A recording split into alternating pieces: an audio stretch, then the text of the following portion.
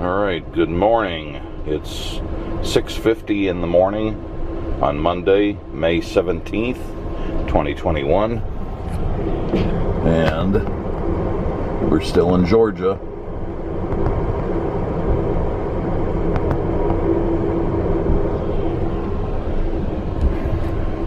There was a notification from Amtrak, which I received this morning, but due to bad data signal, I can't actually read other than the header, which came in last night.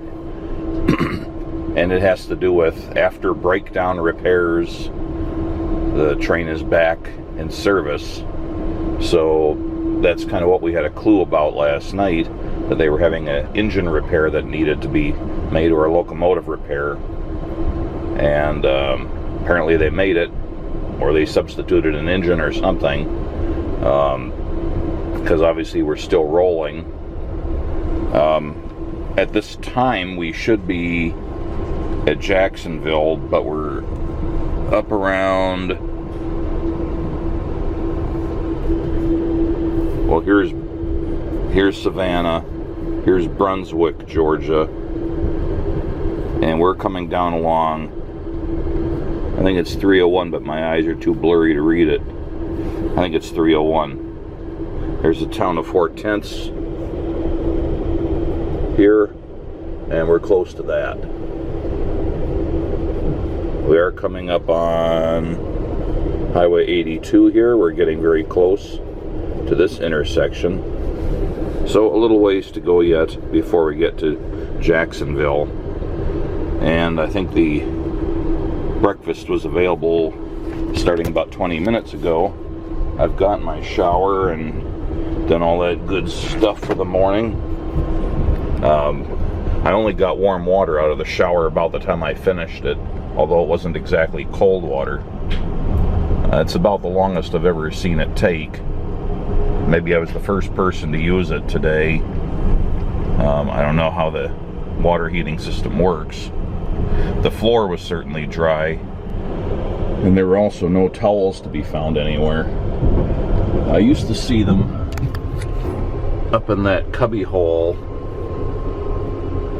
in the Viewliner roomettes, but I did not see any up there. And there's a roomette, which is being used for storage of linens and so on, and it had lots of linens but no towels. Our car attendant was either not up yet or he was busy elsewhere.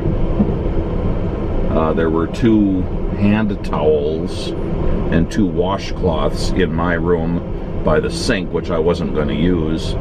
So between them, I was able to use that after doing my shower. And I just did the shower in lukewarm water. But by the time I got to cleaning what hair I have on the top of my head, the shampoo at least had some warm water to deal with, because it was finally getting warm. So, not ideal, Amtrak. A couple of slip-ups there, but everything else was okay. Just a quick comment on last night, though. Even though I was basically sleeping well, the bed was comfortable enough, and I found some good positions to sleep in. Honest to God, the track through, I guess it was still South Carolina and probably most of Georgia, whatever we were doing last night, it felt and sounded like we were rolling on gravel and ties instead of on rails. I've experienced that kind of thing once before for a little while on Amtrak trains, but not for hour upon hour upon hour like it was last night. I just kept thinking there's got to be something seriously wrong here. Is this car derailed and nobody's realized it? And I'm just glad I had that nylon webbing arrangement, because I would have gone off.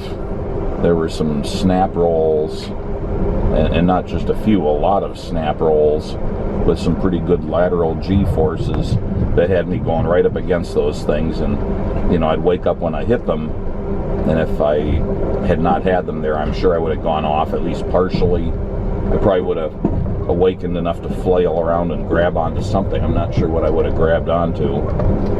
If I was disoriented, maybe I would have gone off. Anyway, I was glad I had those straps. They serve a purpose. So that was bad, but that's not Amtrak's fault. That's the fault of the freight rail company that owns these rails. I'm not sure who it is. CSX maybe. That's, I think, who the track defect detectors were announcing yesterday. I haven't heard one today because my scanner's still off. Anyway, so that was not ideal, but again, I can't blame Amtrak for the condition of the rails.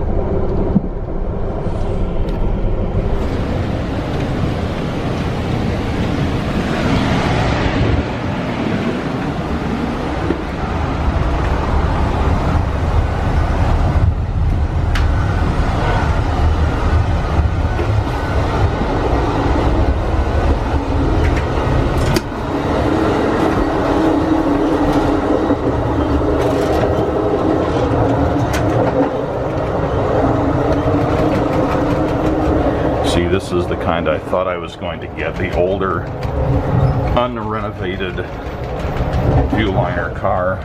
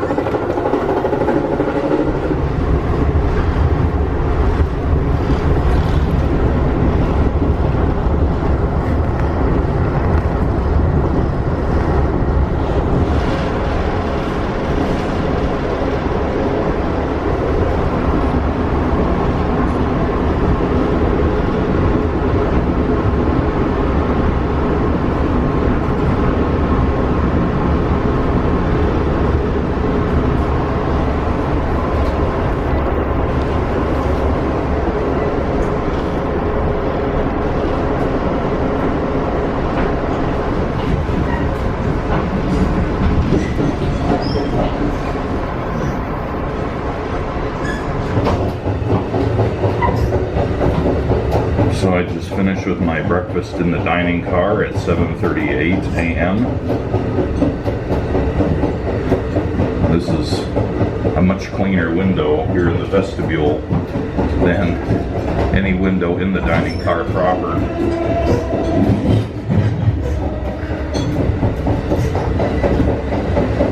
So as I pointed out earlier, of the 3 sleeper cars in our consist, I seem to be in the only one that's a renovated car, and it is the tail end car before the baggage car. So let's walk back through them.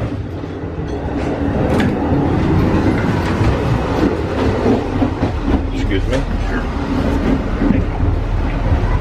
Am I in the right place right here? Correct. So now we start, yes. No.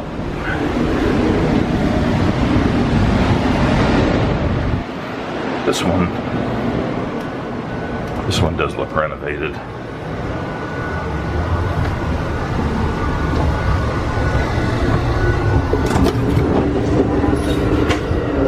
So I guess I was wrong. Looks like the first and third ones are renovated, and the middle one is not. This is older.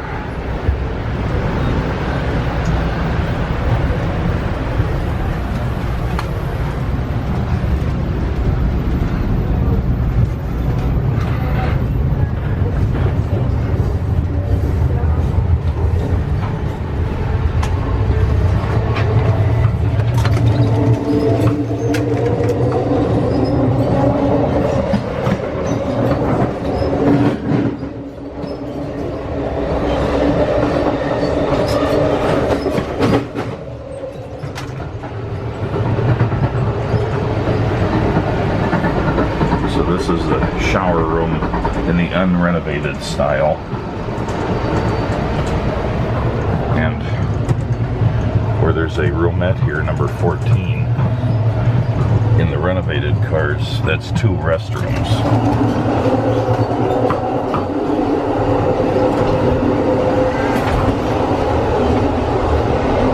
So back into my car.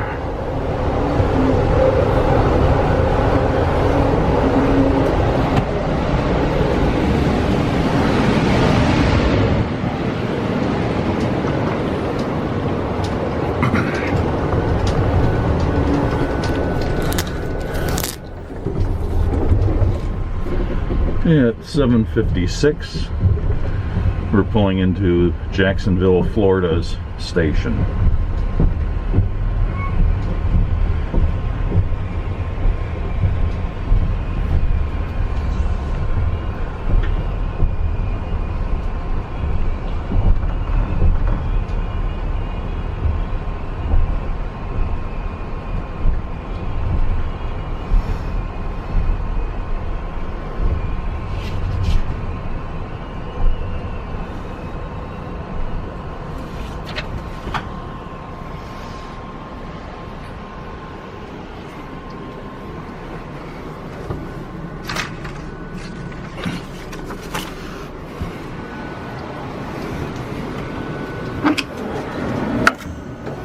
Excuse me.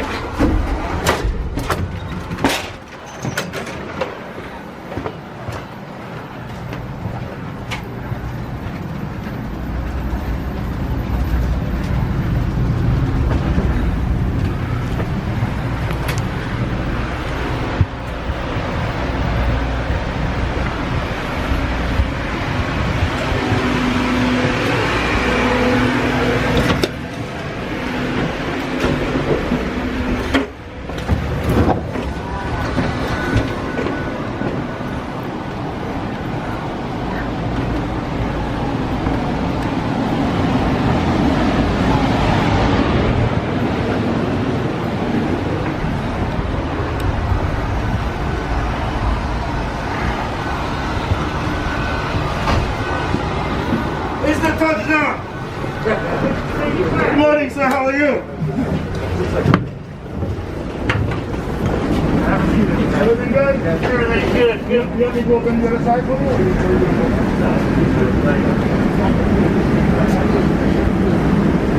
Good. That's all it's that.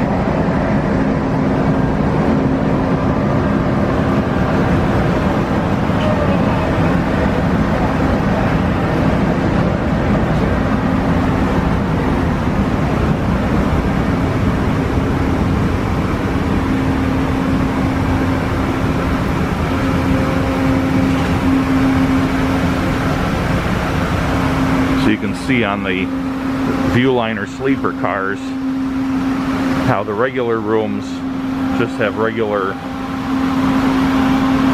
windows, but then the roomettes have the upper level windows because they have those upper bunks.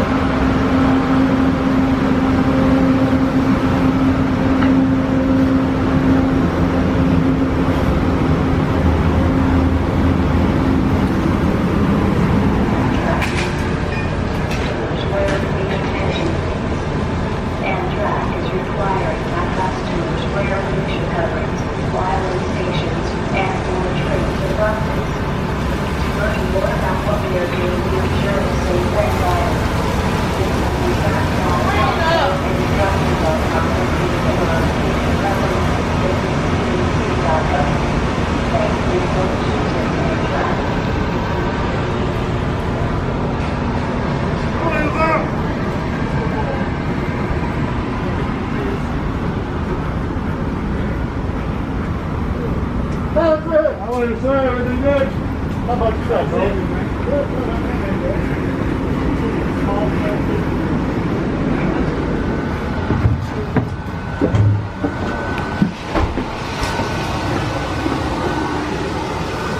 is the so-called accessible room,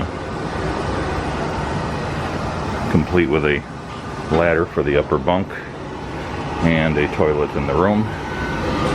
And that's a different layout from the other bedrooms. This is a typical regular bedroom in the renovated car.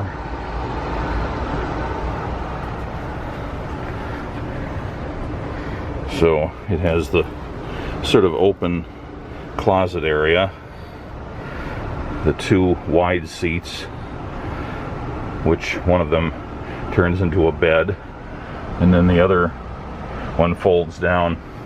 And if it's like the way they were before, then this actually slides down enough that it actually comes like right up to there, and you could potentially fit two people in there if they sleep right next to each other. This is a connecting door to the other room, so it could become a suite. And then when that door is not in use, there's a fold-up chair here which swivels around and locks down, so you have a facing seat to the bench seat here. Otherwise the stuff by the window is the same. And then you've got the combination shower and private toilet, and your own tiny little sink and a vanity mirror. So that doesn't seem to have changed a whole lot.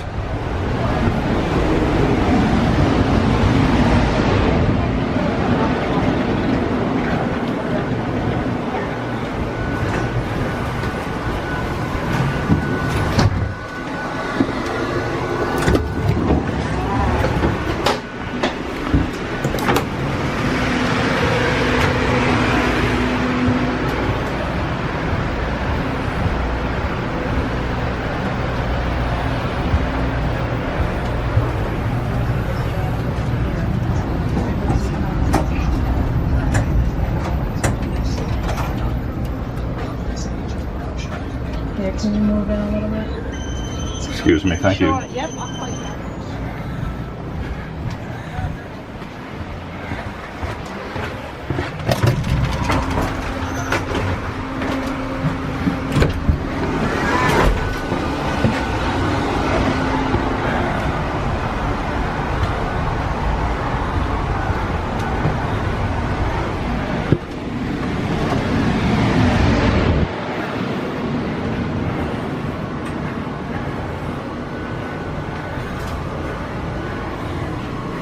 Oops, excuse me.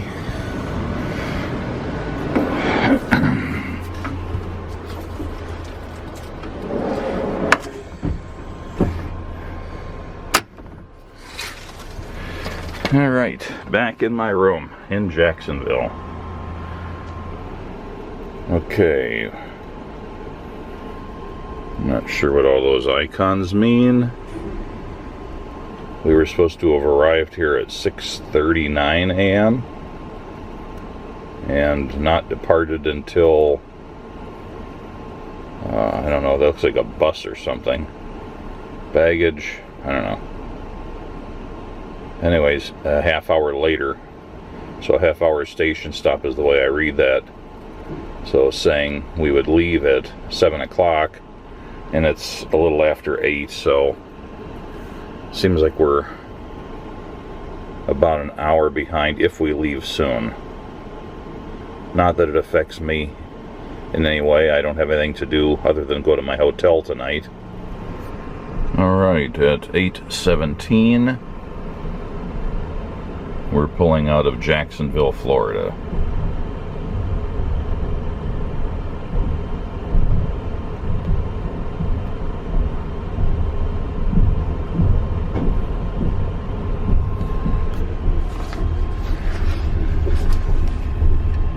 Okay, the route for today Here's a map of northern Florida.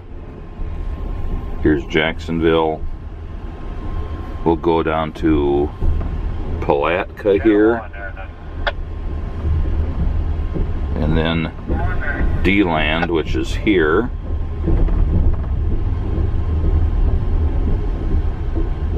And then Winter Park, which is practically in Orlando. And then Orlando itself. And then down to Kissimmee. And then looks like we go straight down here to Lakeland. And then Tampa itself. We might go back to Lakeland. It's kind of hard to figure out the way they do the schedule here. And then it's pretty much a shot down here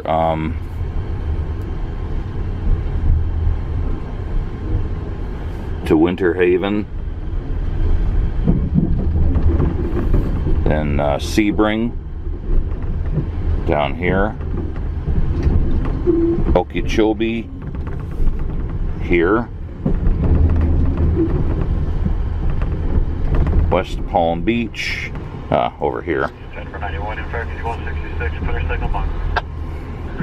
Delray Beach, which is here, Deerfield Beach, somewhere in there, here, Fort Lauderdale, Hollywood, Florida, there, and then finally into Miami.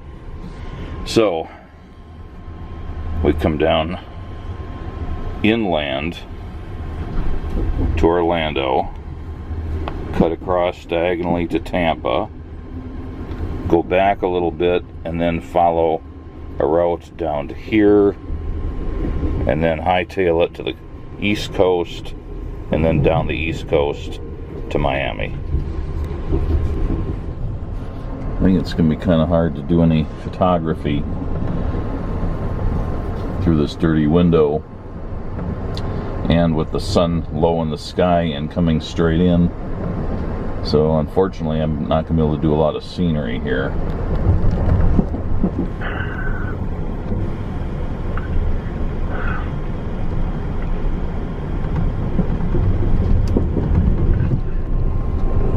At 8:43 we're coming up on Orange Park, Florida, with the St. Johns River just off to our left, but not in view. You can see where it is on the GPS.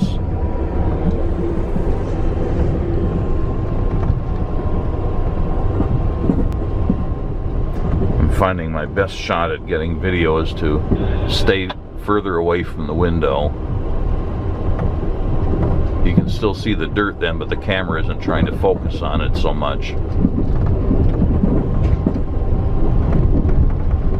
And it also lets me get out of the direct sun and be in the shadow of the curtain.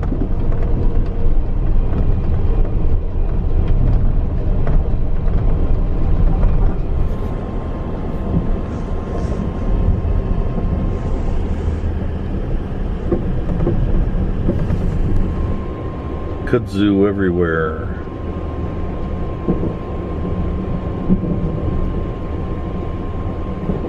We're just getting a good view of the trees. I'd like to shoot more, but oops, there we go.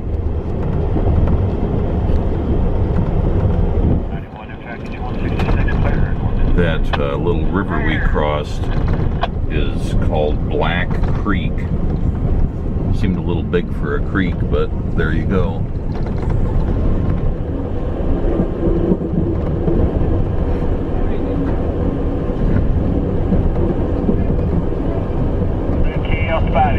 Coming to you at 166, knocks over.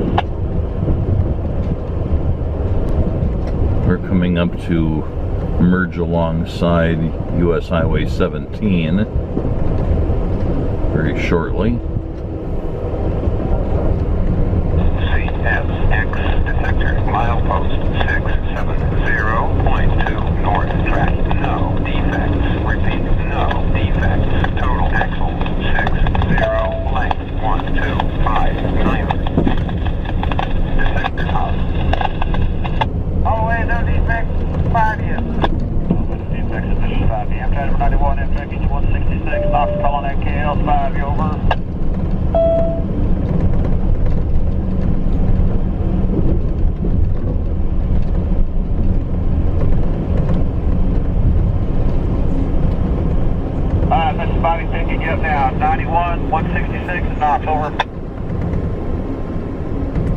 We're in Green Cove Springs now.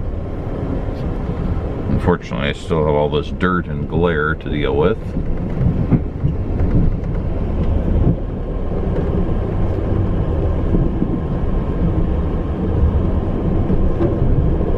Still in Green Cove Springs.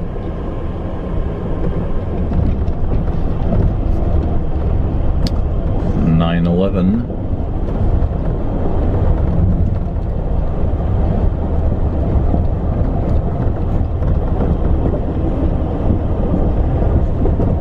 We've started to head just a little bit southwest, so it's alleviating some of the glare.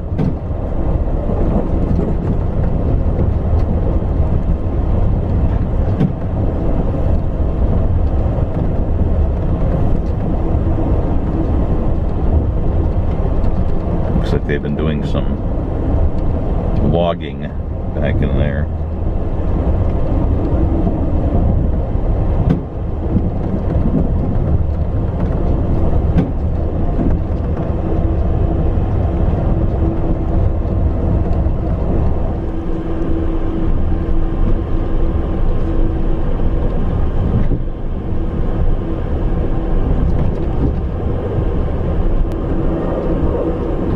Still paralleling US Highway 17, but it's on the right side of the train.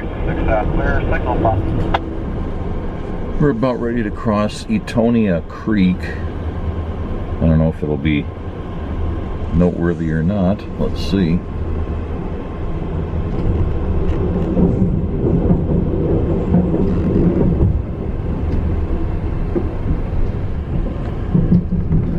Okay, at about 9:23, we're coming into Palatka, Florida. Very close to Ravine Gardens State Park.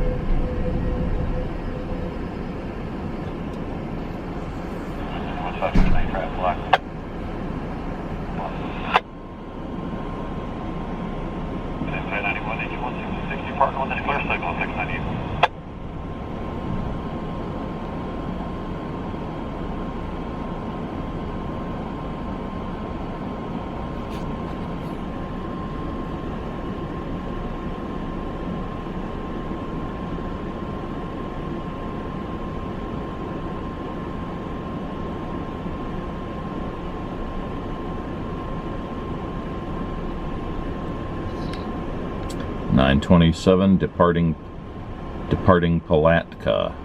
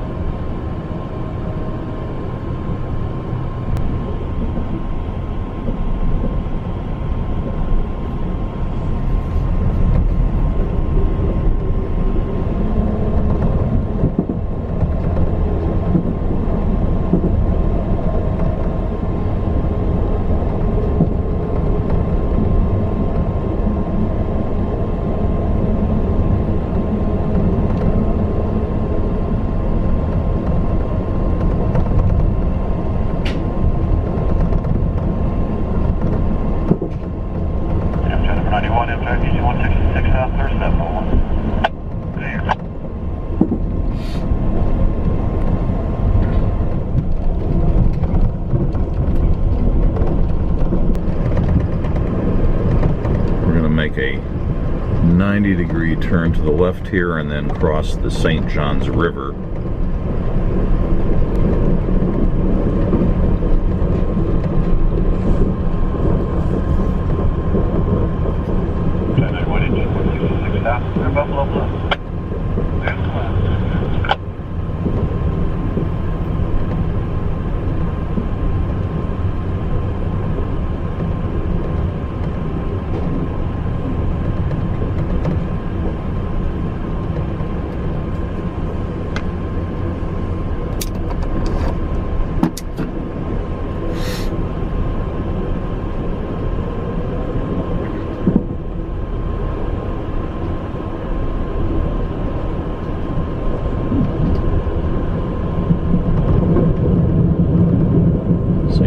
River.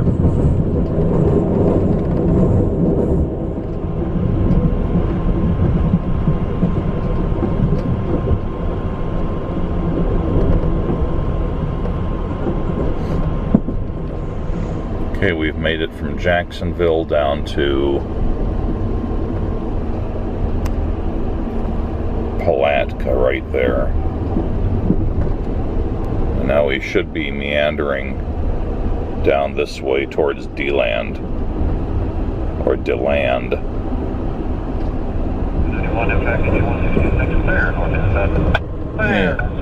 And that's US Highway 17 down there. We're in the town of Satsuma, Satsuma.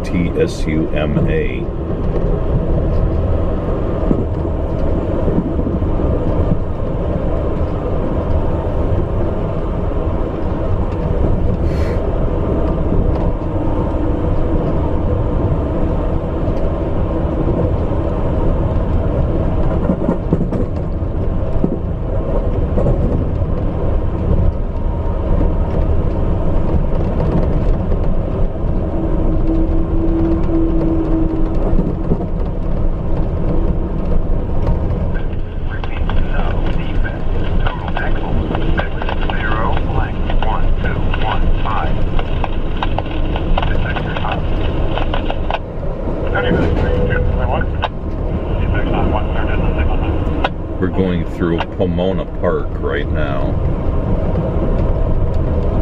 to the degree that we can see any of it.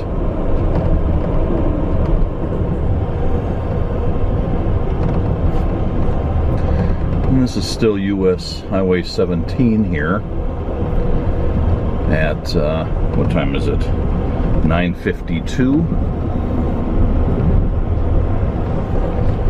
I'm not sure where we are. I just stepped out of the room for a little bit.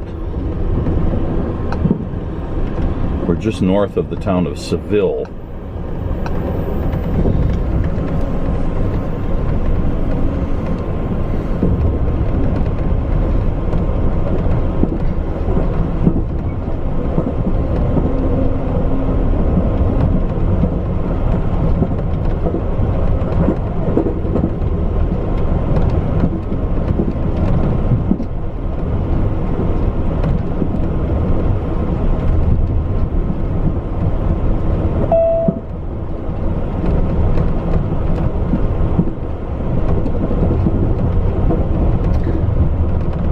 Curious what kind of crops they're growing under those nets.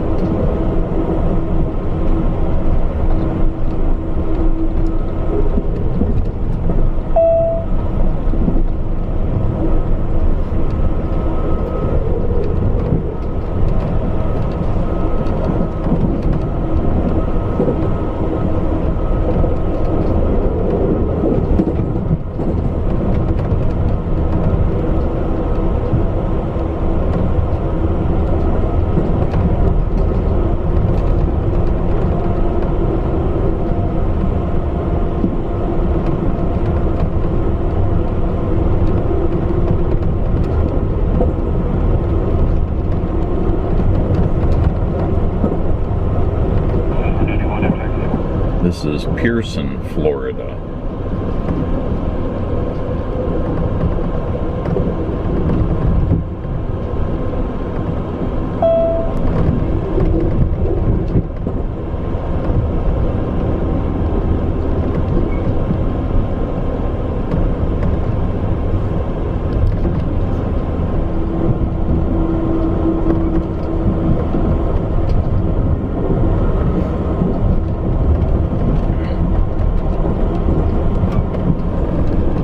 At 10:08, we're passing through De Leon Springs.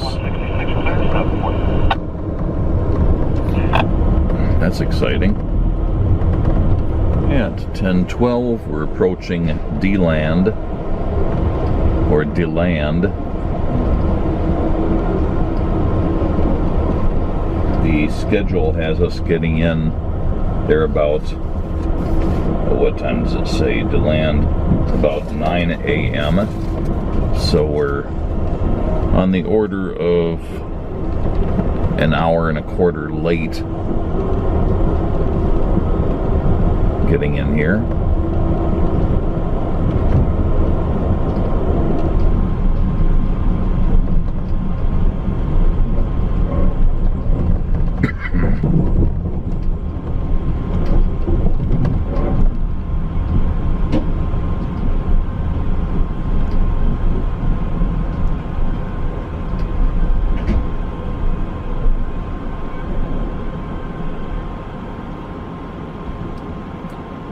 Well, we may be at the DeLand station. If so, it's on the other side of the train.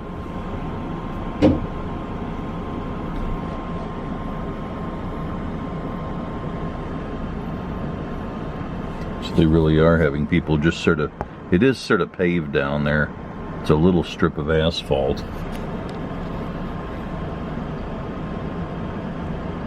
But the cart down here, which is apparently getting loaded from the baggage car just behind us.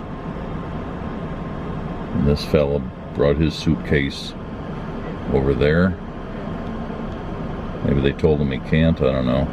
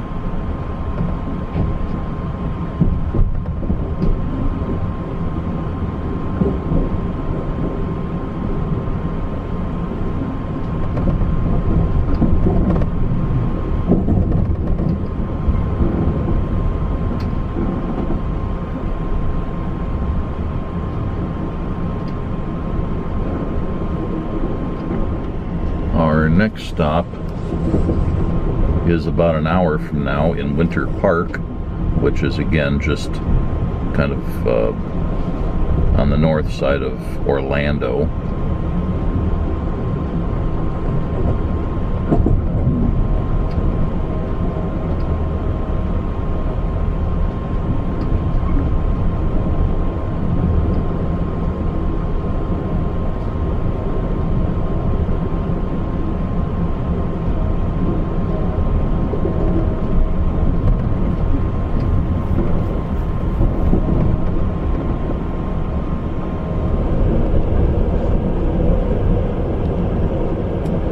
We're in the area of DeBary, or Debary, D-E-B-A-R-Y. We're rapidly approaching Interstate 4, I-4, which is coming down from I-95, which is the coastal highway. And I-4 then goes down to Orlando and Tampa. So here very shortly we'll be encountering I-4.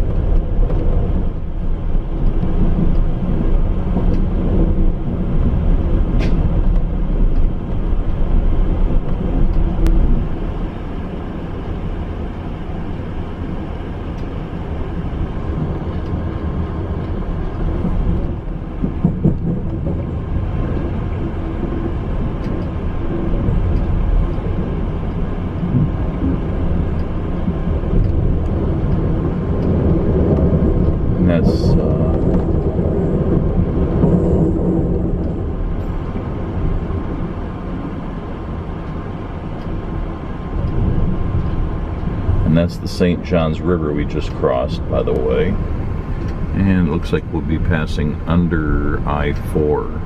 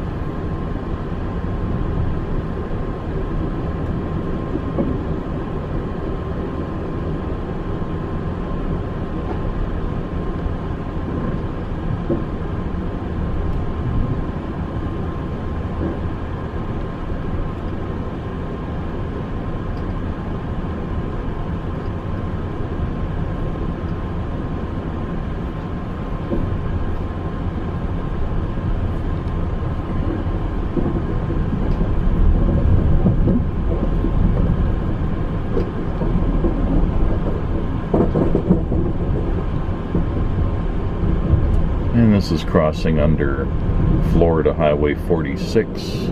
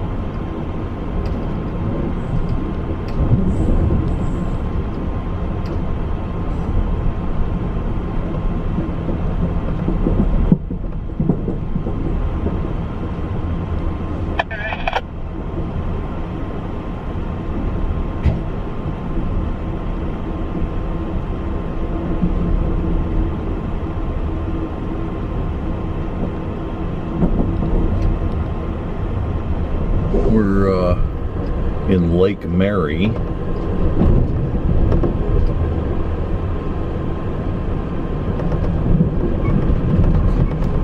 And it's 10:41.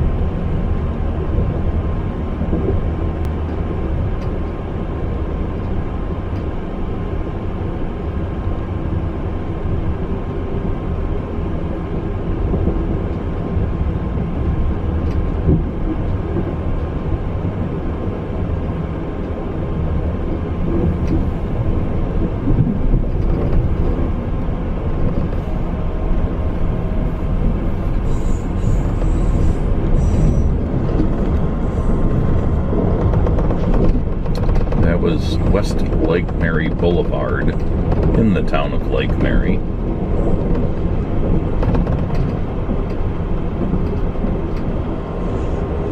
We are in the town of Longwood.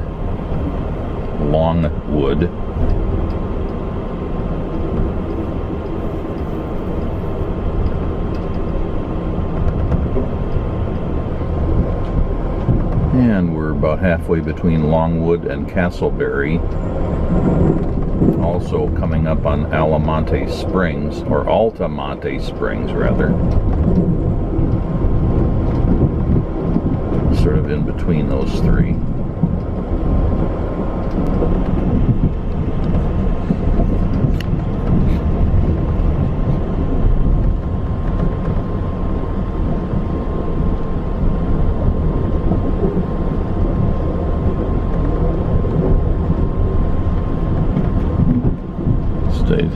State Highway 436 back there.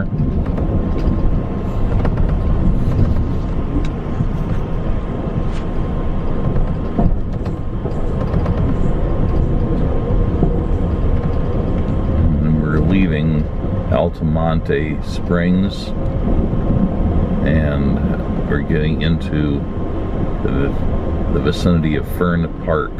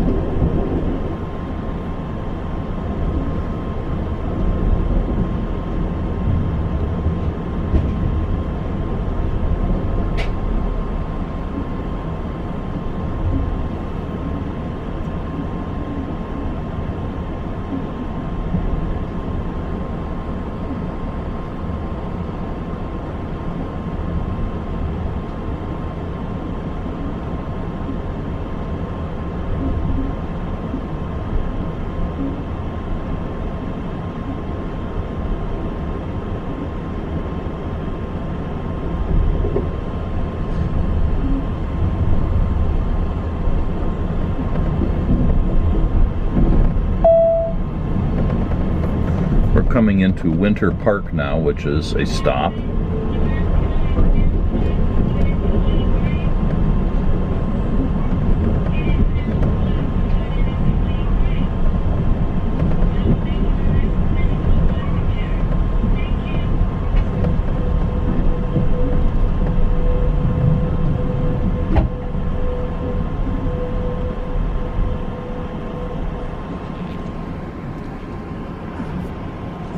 Okay, Winter Park at 11 o'clock. Schedule shows us here at 9:43. So we're still about an hour and 15 minutes behind schedule.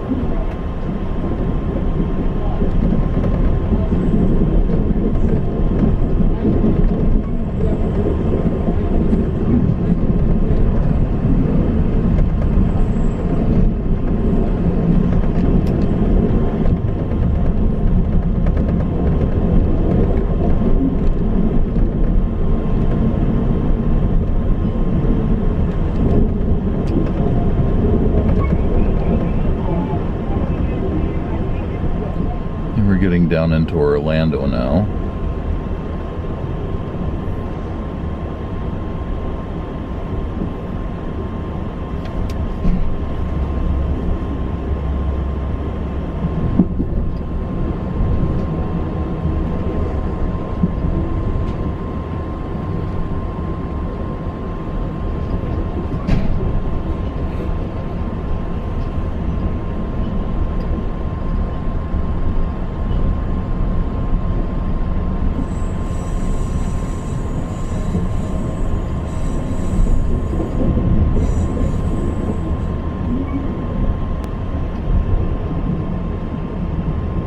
That was Florida State Highway 50.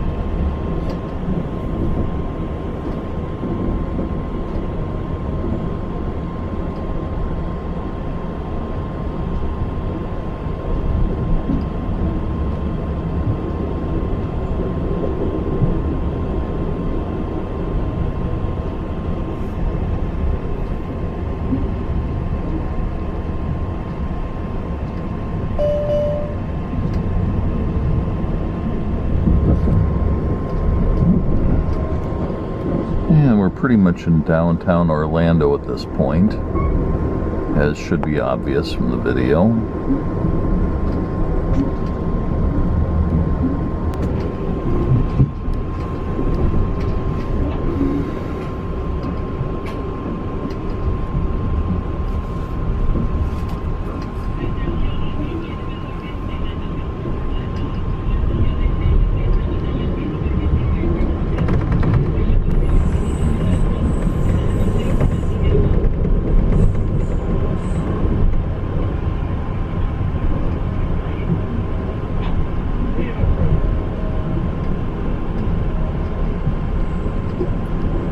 So I'm crossing under, I think this is I-4 that we're crossing under.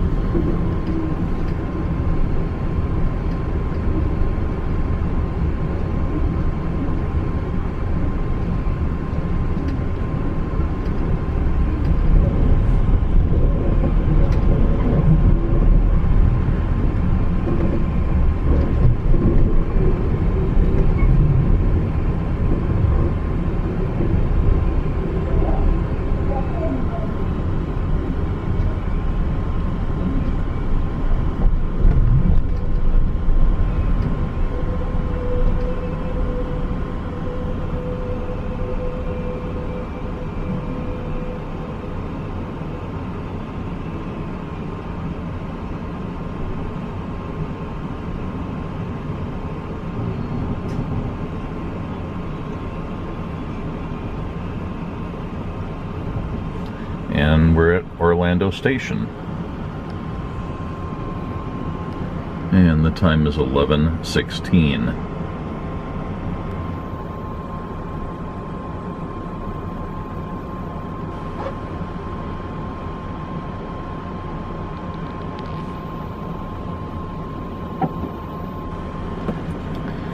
And by the way, for this train Odyssey, I've switched to a different camera than I've used on previous train Odysseys.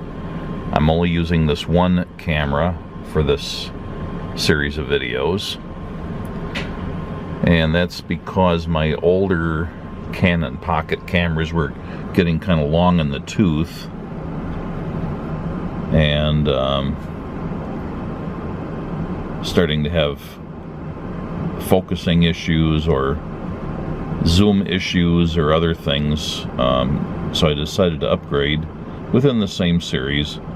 This is using a Canon PowerShot SX710HS camera. It has a 30 times optical zoom plus a digital zoom on top of that. It also has stereo mics for the audio instead of just monaural like the previous one had. But I have it set to the same specifications for HD video. I never understand people who, wearing their COVID masks, wear them under their nose instead of over their nose and mouth like every authority and recommendation says to do. You can see a lot of people walking around with their nose just poking out above the mask. I'm not sure if they're oblivious or if they somehow got it in their head that that's the right way to do it. Beats me. Just one of those curious things.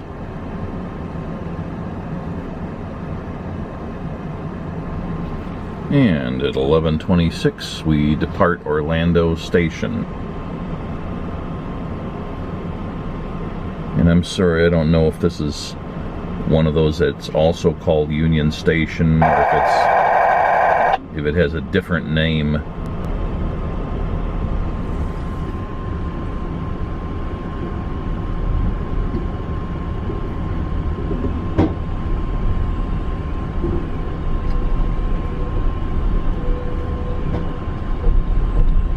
We should be getting lunch here pretty soon. I'm expecting my car attendant to come by and take my lunch order. So Kissimmee is the next stop. So as a refresher, we're leaving Orlando.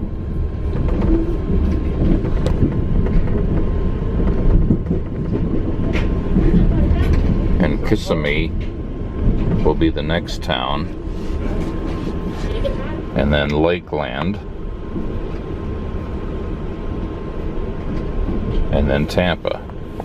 So it's pretty much going to be following Interstate 4 down to Tampa.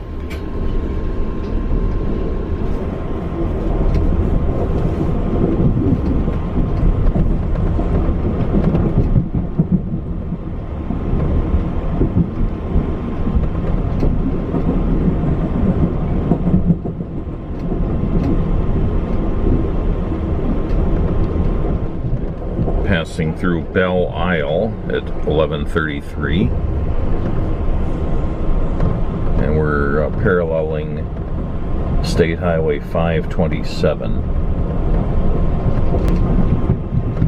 crossing State Highway 482.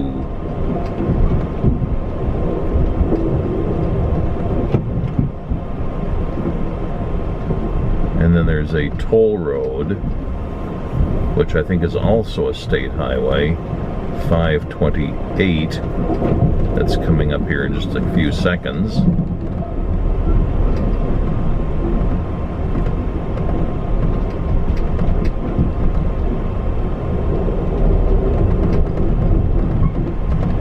And we are now in Taft, Florida. T-A-F-T.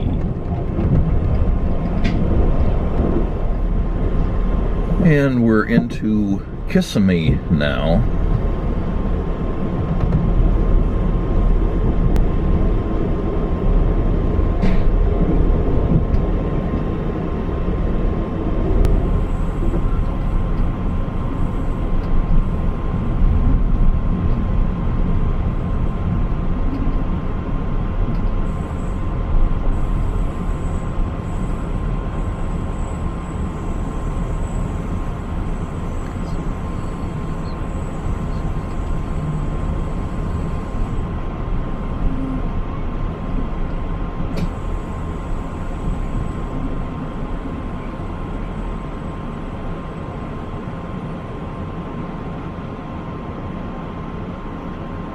All right, 11:47. Just a couple minutes later, we depart Kissimmee. Somebody's going to say it's Kissimmee or Kissimmee or something. I don't know. I'm saying Kissimmee.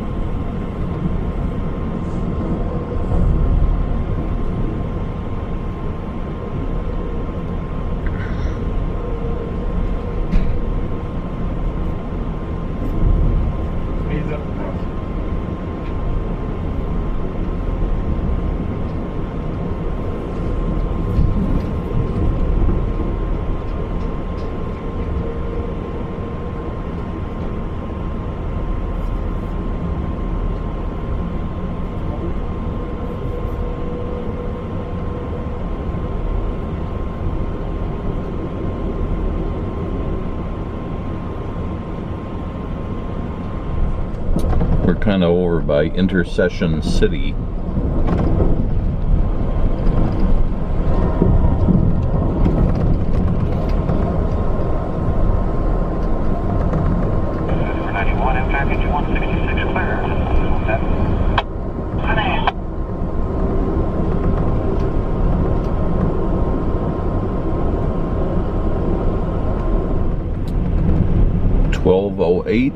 We're in Davenport.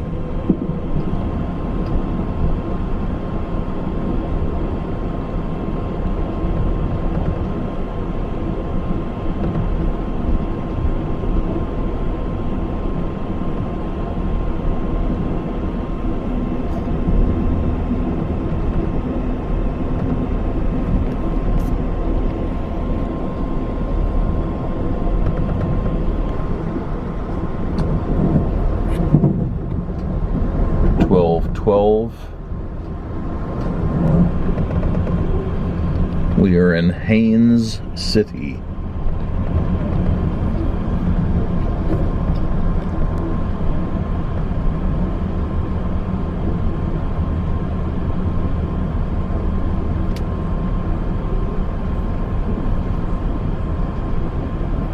Golden Arches.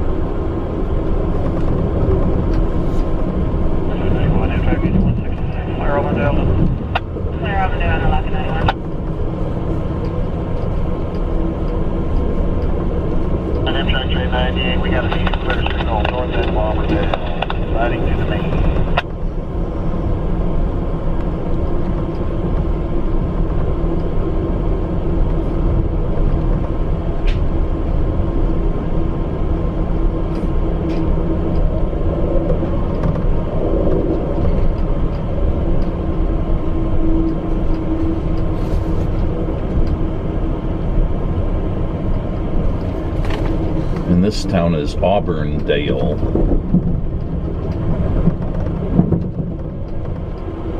We're about ready to pass under US Highway 92.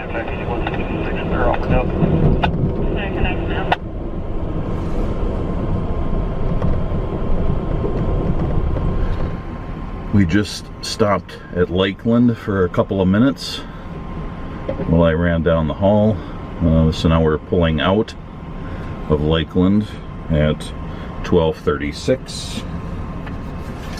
Schedule wise, Lakeland is supposed to be 11:29, so we're still approximately an hour behind.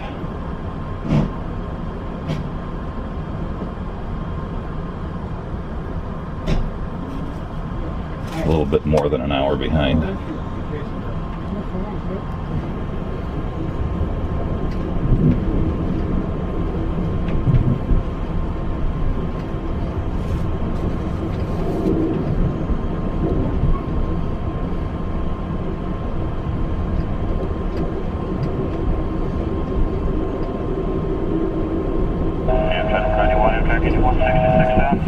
Lakeland, Meteor. Lakeland, Meteor.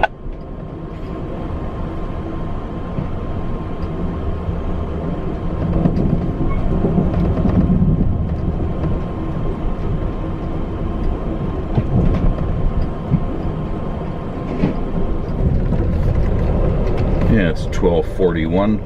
We're going through Winston, and we're about ready to cross Polk. I don't know if that's a road or what it is, but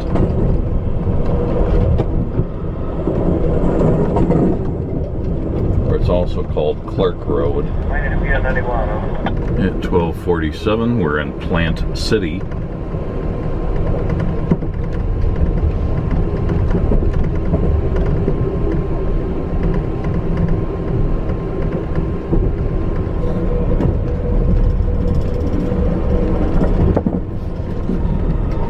.52 and we're going through Dover.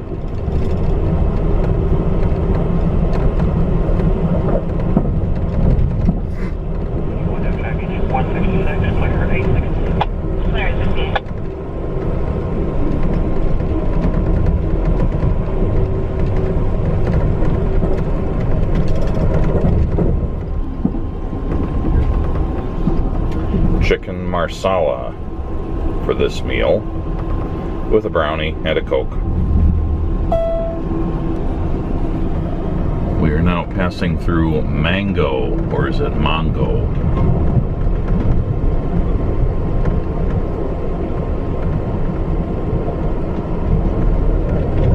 I think we're essentially in Tampa at this point.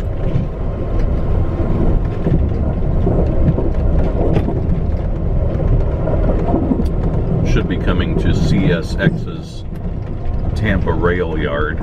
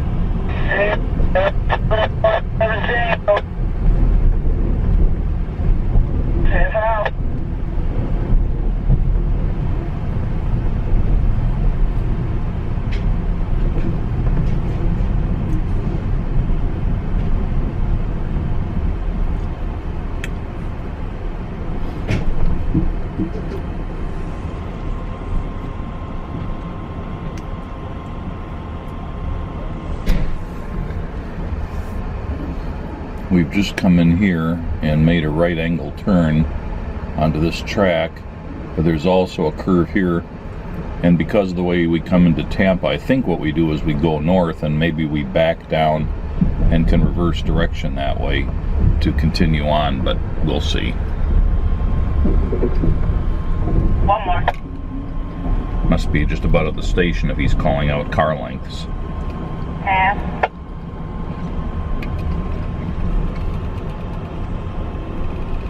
See what he'll do it.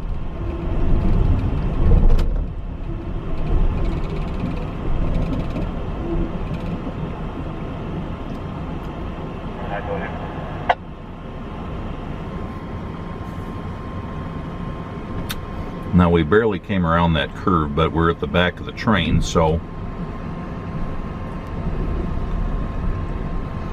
and we are indeed backing up.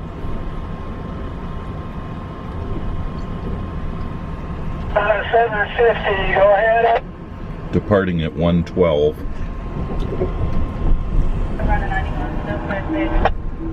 106.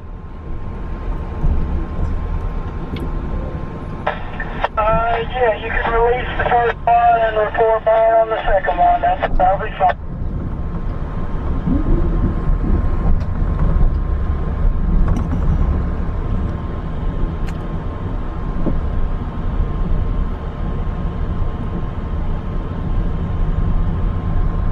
More power to 91. More time. 6024 Harris. Releasing between the ASC Tampa and correct. Police 7626013 LDS, over. 2491.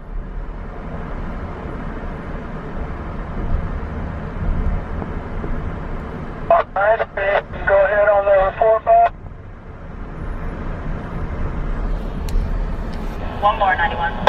You can see that well, it keeps trying to make us horizontal to go with a road, but Half of it. we're following that track that curves down like that. Reporting south of the AZA 900.0 on the main. Not clear. One car pickup. One in the clear, slow clear, please south. One car.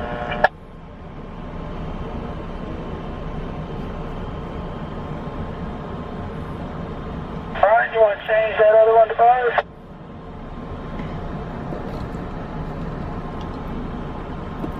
Alright, 76277. Those directions, AZA 900.0, AZA 916, 1314. Half a car, 91.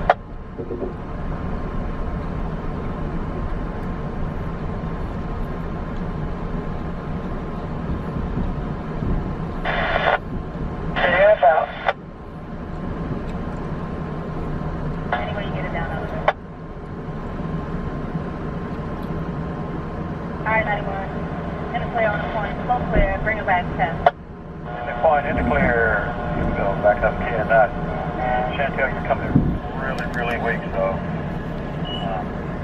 I had to. Alright, I'll pick it up.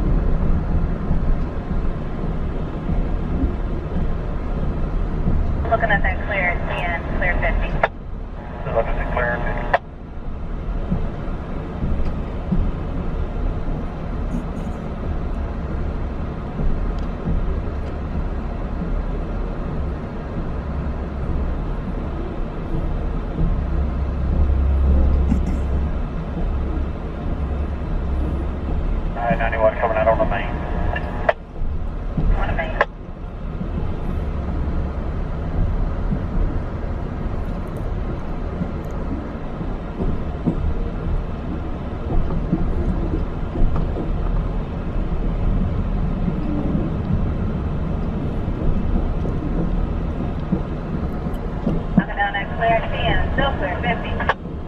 Alright, knocking in there, clear T and internet T heavy. I suppose that wasn't maybe the station that we were at. Maybe that is just a turnaround, because we're picking up speed going backwards here, which I believe means that they have the conductor or some other person stationed at the rear baggage door or the rear door of the baggage car, acting like the eyes, since the engineer's at the other end of the train.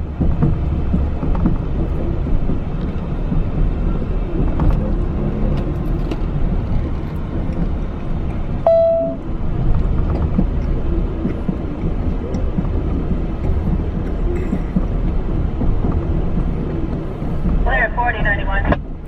Clear 40.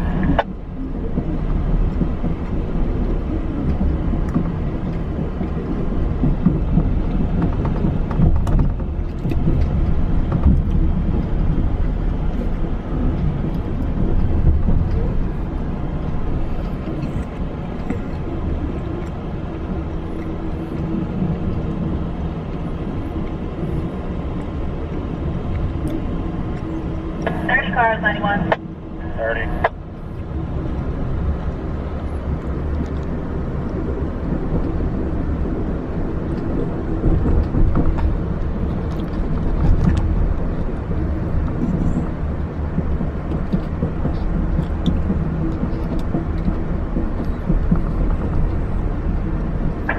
Around the curve. 25.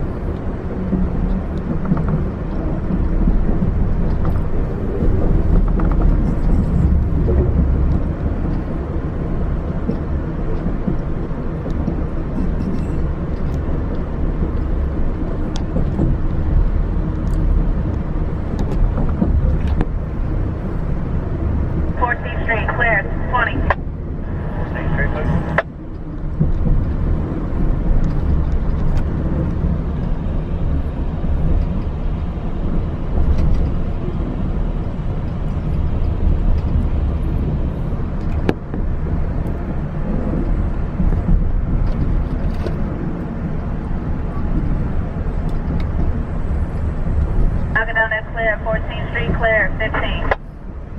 Clear, 15.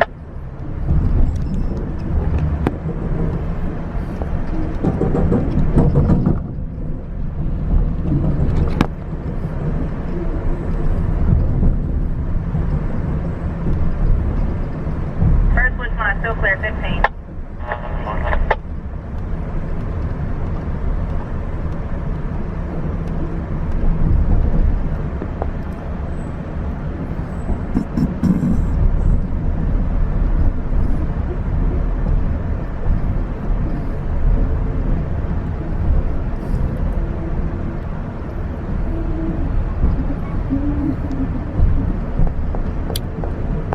Second switch is line, clear 15. It's a strange looking place there.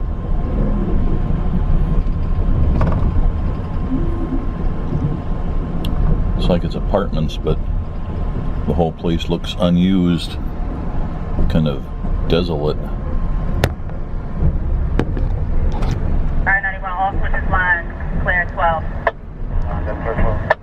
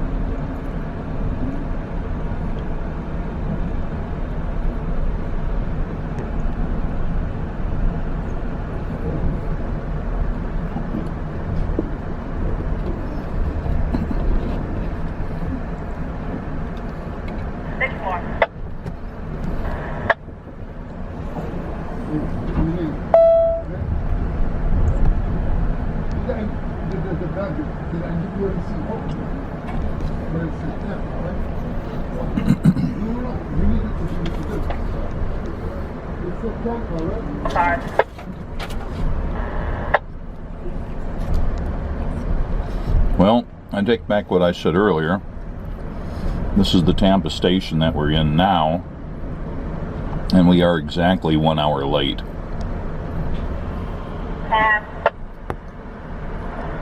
20, 10,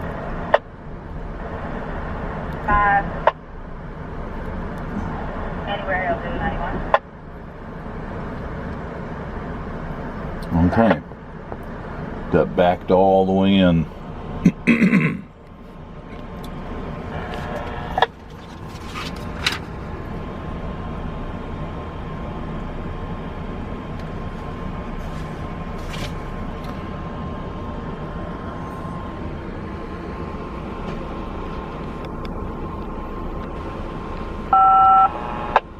According to the schedule, we're supposed to be here for 15 minutes, but I wouldn't be surprised if they shorten that due to our lateness. Alright, it's exactly 1 hour after the train is supposed to depart, and they've been making radio calls like they're clear to do it, so I suppose we'll be moving any second.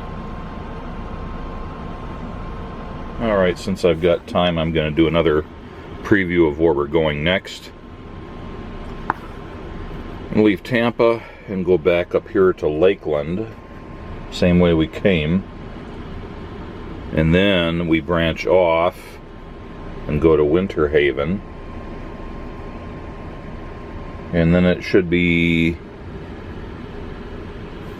down to Sebring, and then diagonally down to Okeechobee, and then West Palm Beach, blah blah blah blah blah, all the way down to Miami, departing at 1:42.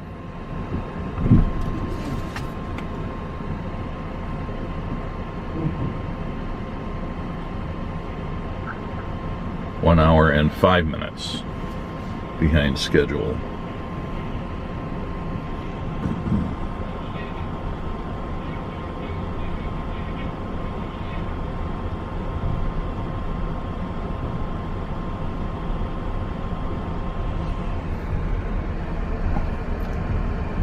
The tracks kind of come in and out of this part of the city at a northeasterly angle, and then they curve and go more or less due east. And that's the same way we backed in.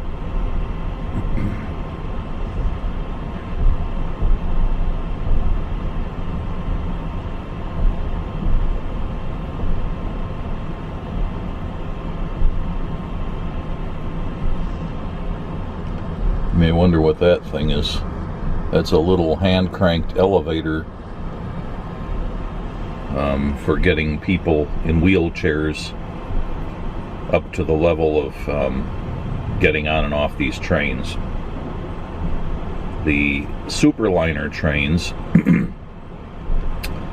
have their vestibule floors at the same height as most station platforms, so you can just go straight on, and they only need to have a little step stool if the train stops somewhere where there isn't a platform to help people on and off, or if there's a lower platform. Anyone in trackage 166 north, clear 14th Street, enter TWC territory northbound. But the Viewliners, like this train, the platforms are, I don't think, ever at the same height as the floor of the cars. So you always need to step up 2 or 3 steps to get into the train.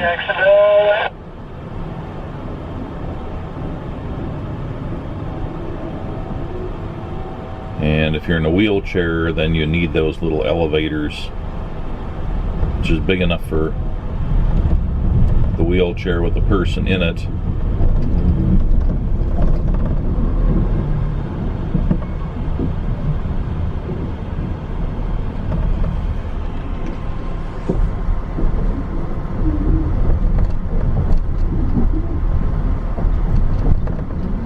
I don't know if I've covered this in any of my other videos.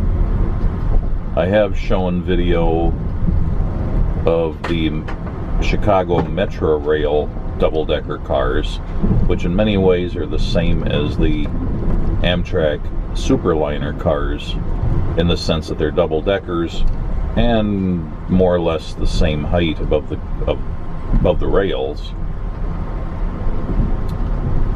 But there is a difference there. Even the Metroliner or the Metra cars have their aisles or their floors at roughly the same height above the rails as these Amtrak Viewliners. And that allows you to go straight from car to car at that level and still be above the wheels and suspension of the train cars. With the Superliners,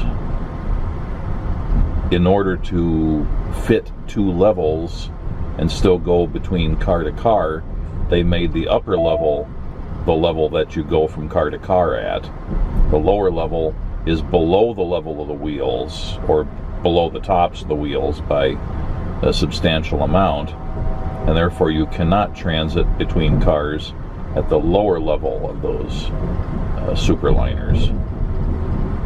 You need to go upstairs, then transit to the next car, and then, if necessary, go back downstairs again to the lower level. You are going the wrong way down the street. Thank you, Genius Garmin. Still hasn't figured out I'm in a train.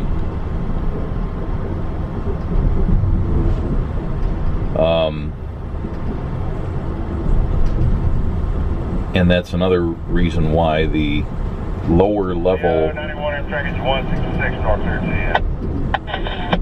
why the lower level of a Superliner is not as long as the upper level, because it has to fit in between the wheel trucks at each end of the car. It's just sort of nestled in there like a cradle between those.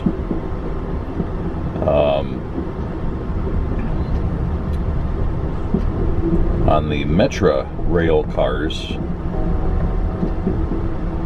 it is a dual level, but the levels are terraced such that you cannot stand up in the seating areas on either side of the aisle if you're on the lower level, because the floor for the second level is too low, and that barely allows people on the upper level to walk around without their heads hitting the ceiling.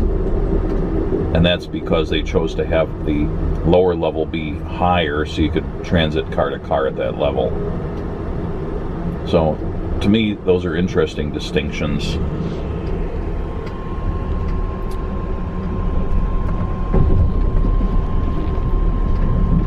Amtrak is 166 north 13, clear southeast. Now cars like this,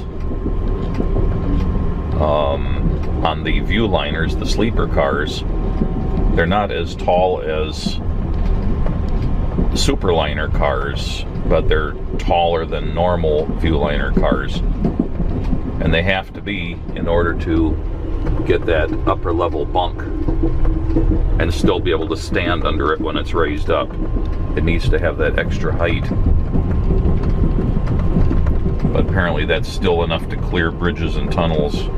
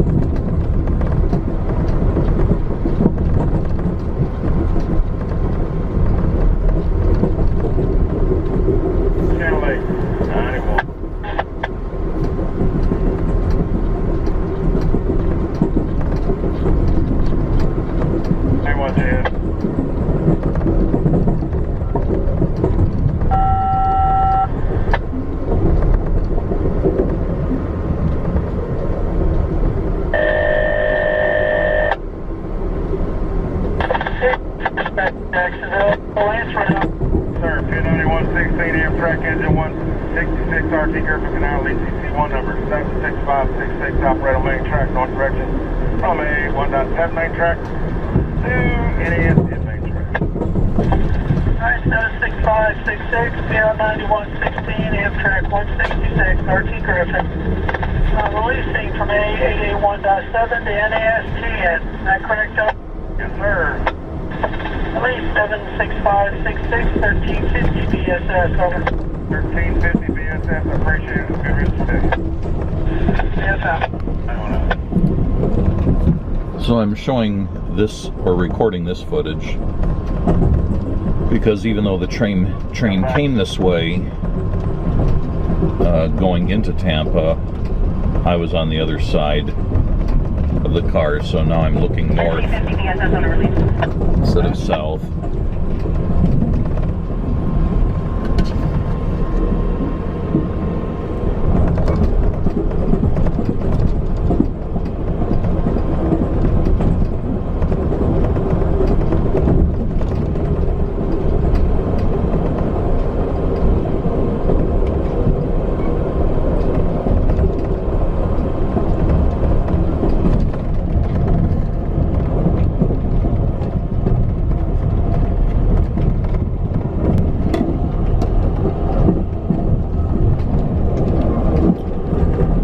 US Highway 301 we just went under.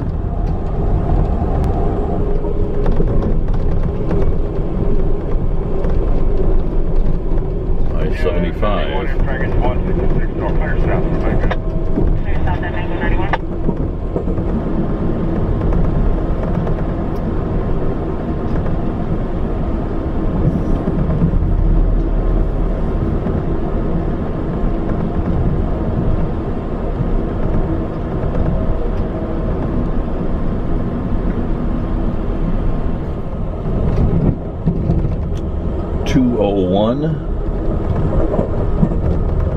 And scooting along here, approaching Dover. This is Martin Luther King Boulevard, I believe it was what it said.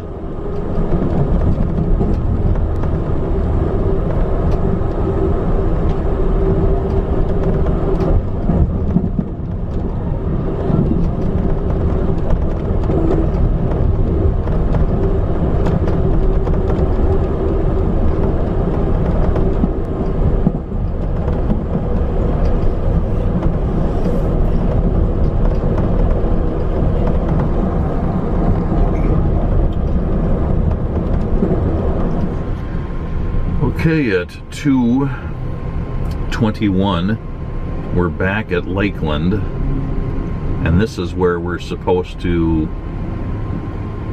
branch off and get on the tracks that start heading southeast towards the Atlantic coast of Florida.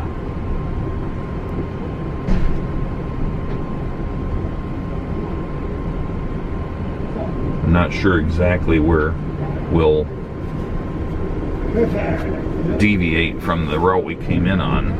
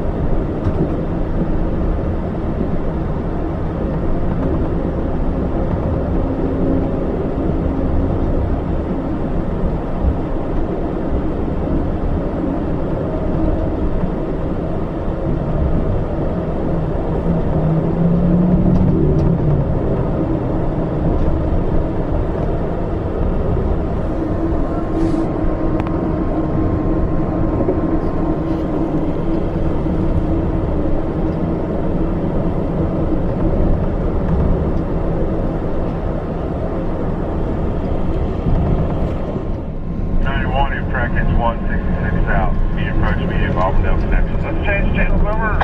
You're from medium rolling.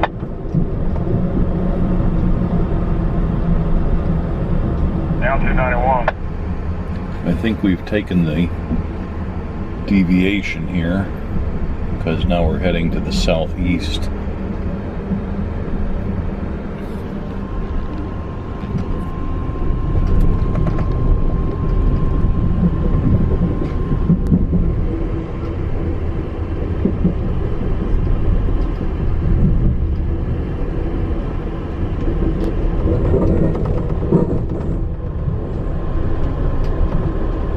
Amtrak is 166 south.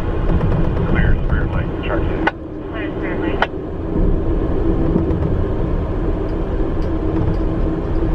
Okay, we're into Winter Haven here, which is our stop after Tampa.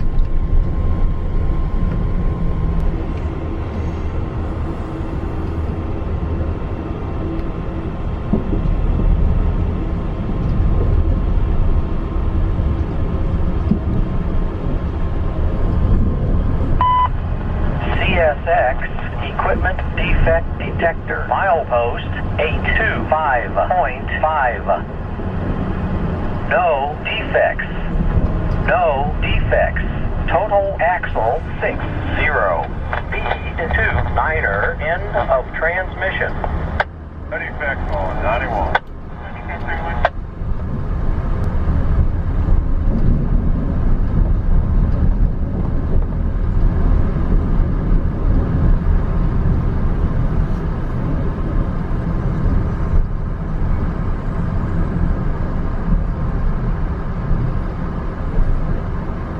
Stop. On me.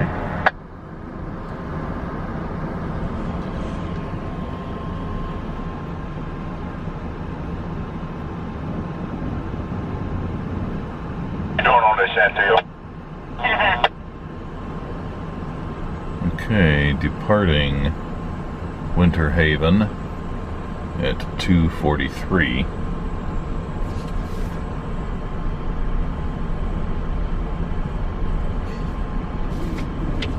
So we're still running about an hour behind, hour and a few minutes.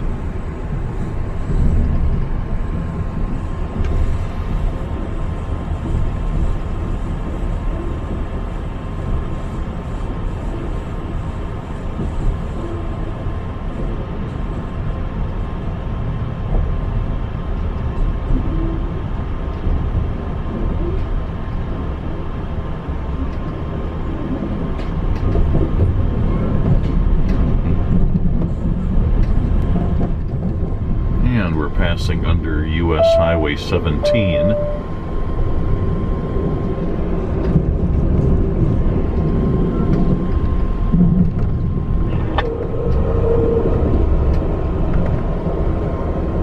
At 2:47, we're heading southeast, going through the town of Juanita. And that's not like the woman's name Juanita, it's Wahneta.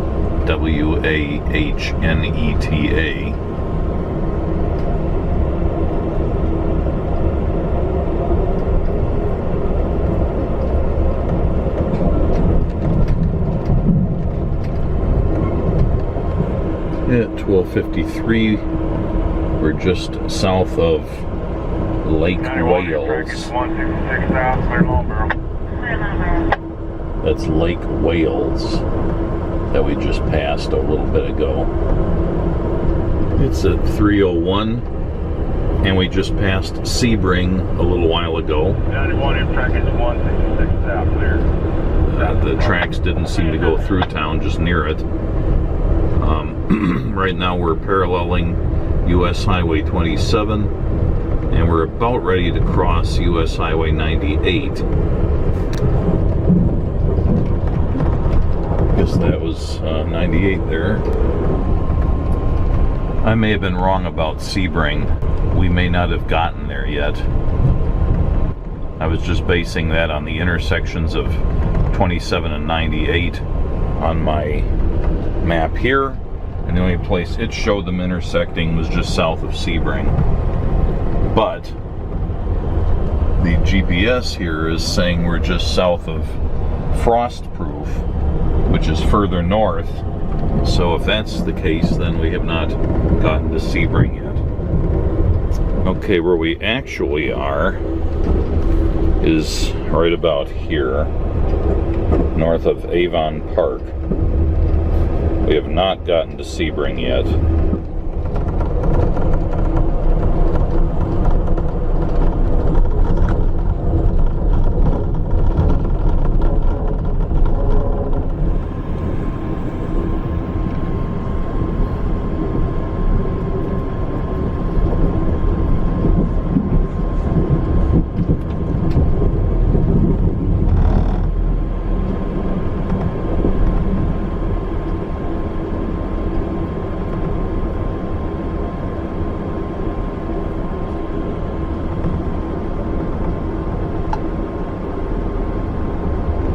A good sized orchard here.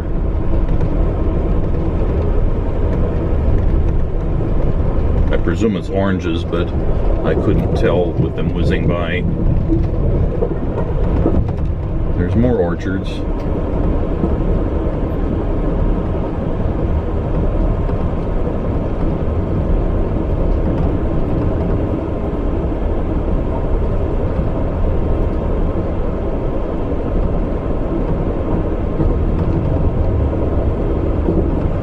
Yep, those are oranges. I can see them on there now.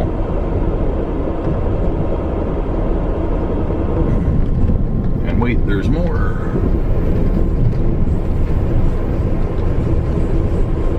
At 3:19, we're into Sebring finally.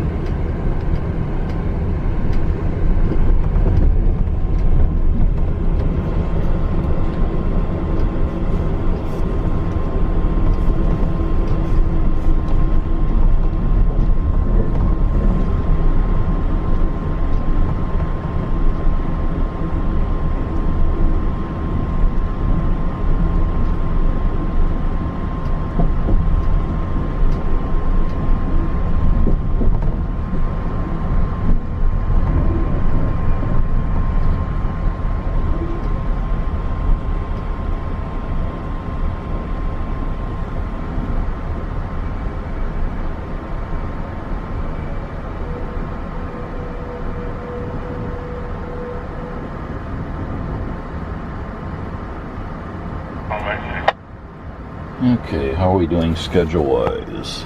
3:21 at Sebring.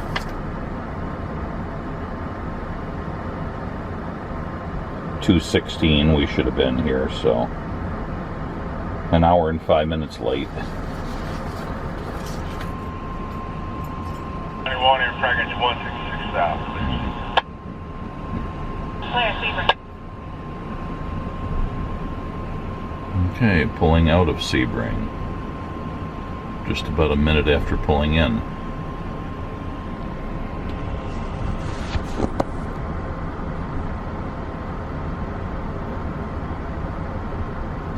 Wonder what the police officer is scoping out.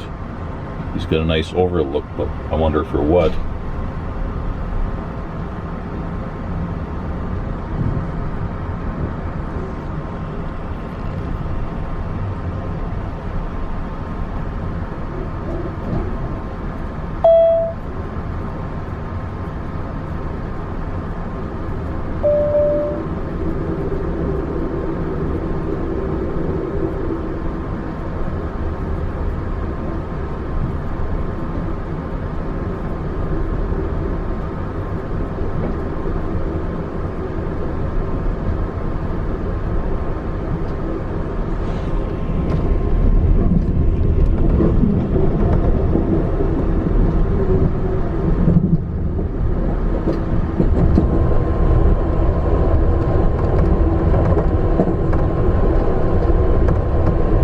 Still lots of groves, orange groves galore.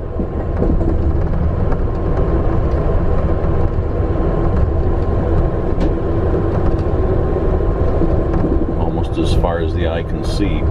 Actually beyond that, I think. It's just this particular field Seems to go just about as far as I can see. Travel Atlas shows this whole area as being the Highlands Glades, or maybe it's the Charlotte Glades. It's something or another Glades, and it's got the same kind of background as the Everglades, but this isn't terribly Everglades-ish.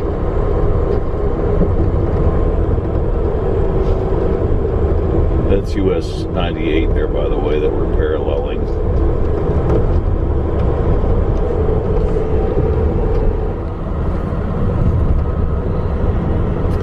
At 3:45,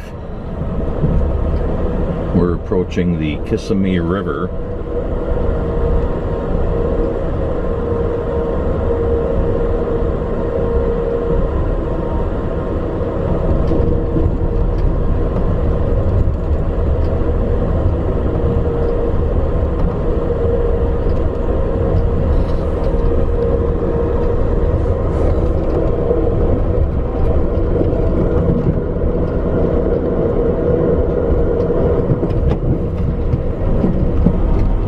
Okay, at 3:54, we're into Okeechobee.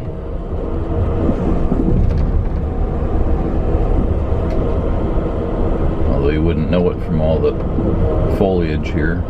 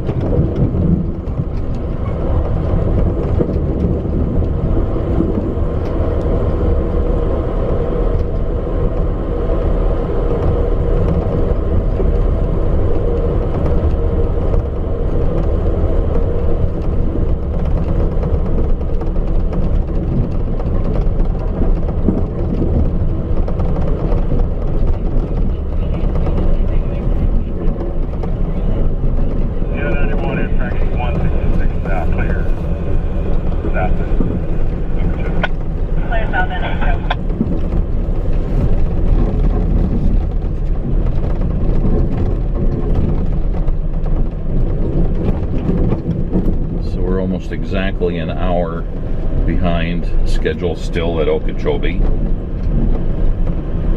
About an hour and 2 minutes actually behind schedule.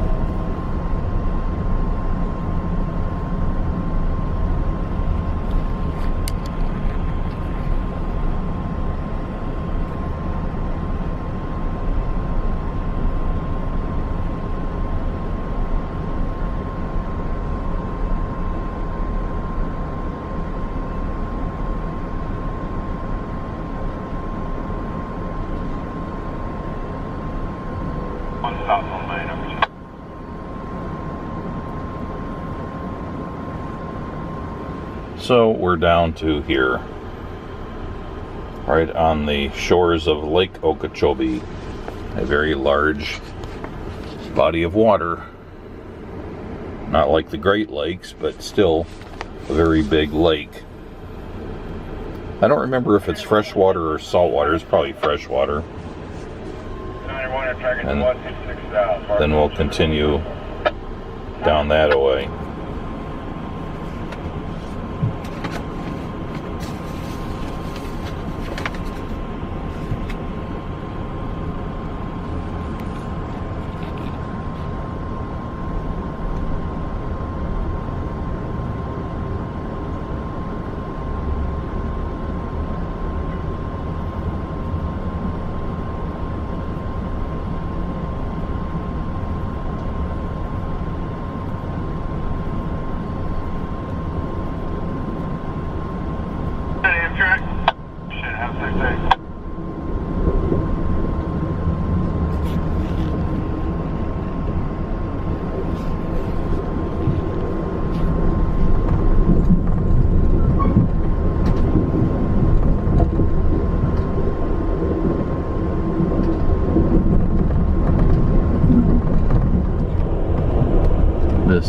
highway we're paralleling is Florida Highway 710. And we're heading in a southeasterly direction.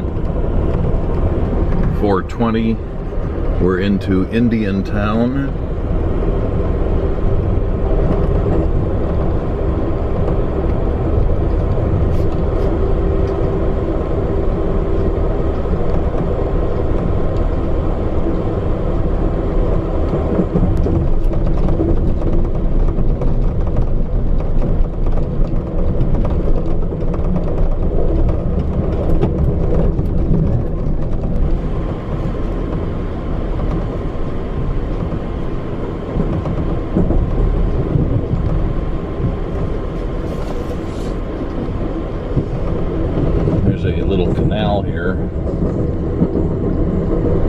I can't quite make it out on my map. It's something like the St. Luce or Lucie or something like that. L-U-C-I-E it looks like. The letters are really small and they're light blue, and my old eyes just having a hard time reading it. Anyway, it's a canal between Lake Okeechobee and the inland waterway.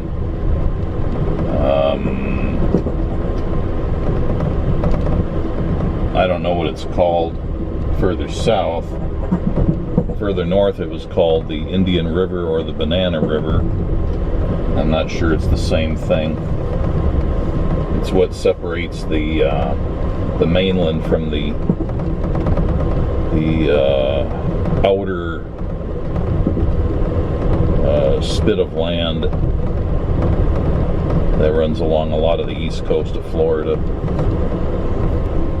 There's Indian Town, and that canal runs across there. So we're making pretty good progress to getting down to the east coast.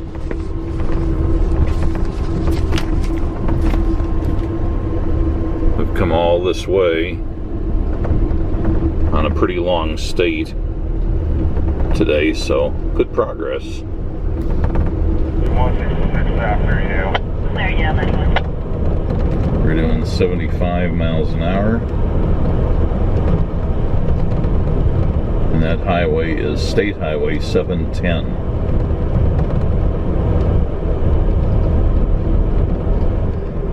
And I was going to mention it before, but I think I probably forgot until now, that I have taken this train before. I was thinking I had never been on the Silver Star before, but in fact I did, but I only took it from, I think, from Washington, D.C. down to Petersburg, Virginia, a fairly short run.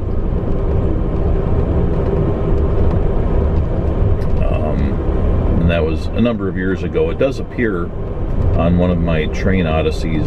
Actually, it might have been from, if the Silver Star goes through Philadelphia, I might have taken it from Philadelphia, but I took it down to Petersburg, Virginia. Actually, Philadelphia sounds more like it, because I think it was a longer trip than it would have just been from D.C. to Petersburg. And I was in coach, since it was such a relatively short run. That does factor in one of my earlier train Odysseys anyway. I forget which one it is numerically. 432, still paralleling State Highway 710. Getting closer to the coast. I'll meet y'all on 91. Alright, 91. Alright, 440. And we're really getting close to the coast.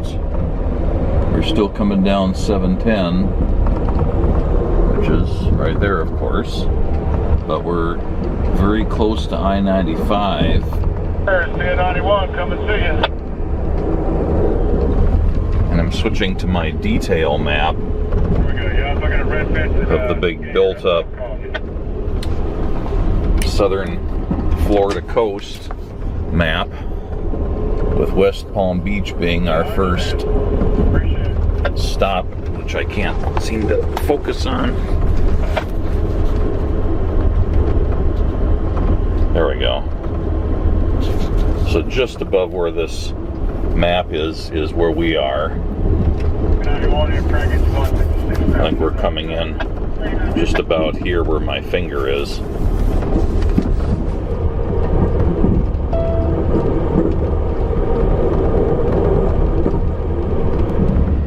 Well, we've crossed I-95. We're down here almost by Highway 1.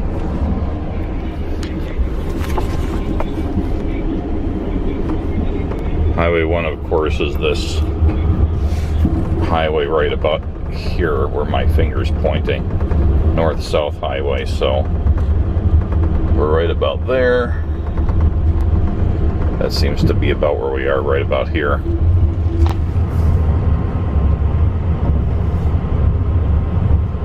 D1 Amtrak engine 166 south, clear Coral, track 2, Rob West Palm. Clear Coral, Robin.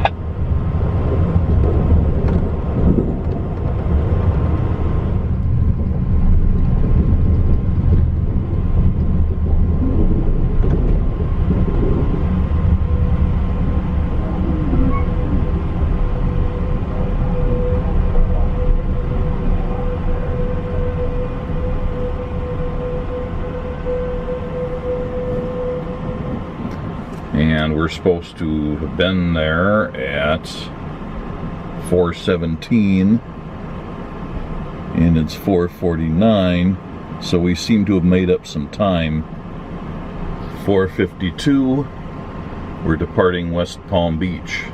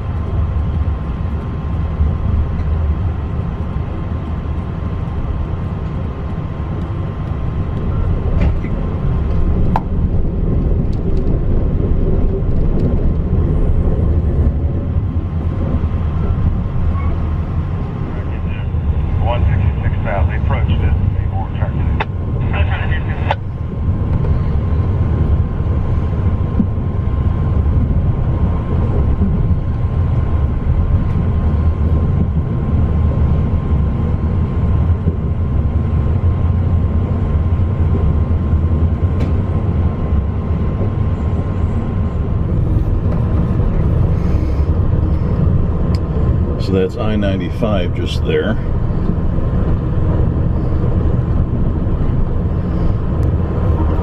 Delray Beach will be the next stop.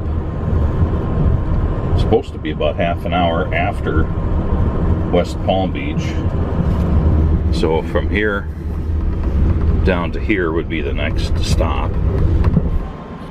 Train came to a fairly sudden stop here, and the engineer says that somebody, not him, put the train in emergency, and that it's still in emergency, so he can't clear it. So now the conductor is investigating to see who might have done that and why. Yeah, it came back up. Evidently somebody put clever back then. Wow. 1 and 2.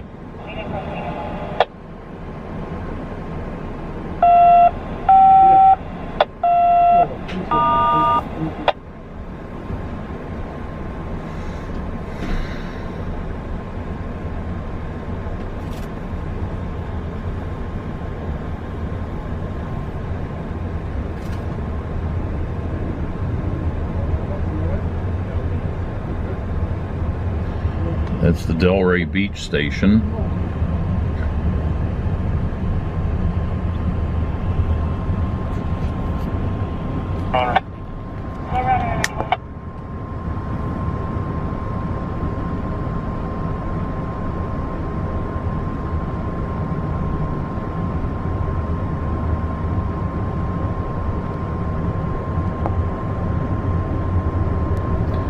think we had anybody to let off there or to get on.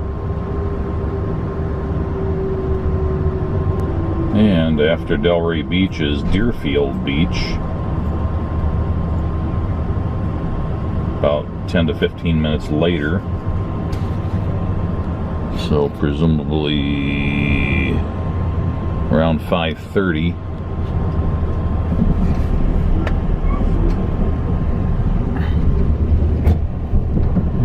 And that would be here, just south of Boca Raton.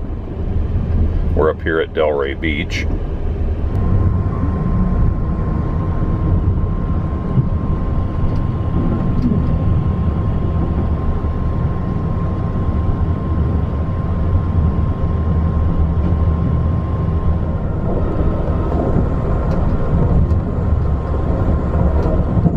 We're right in between Boca del Mar and Boca Raton right now. Not sure which one we're actually in. I'm guessing where the border is between the two towns.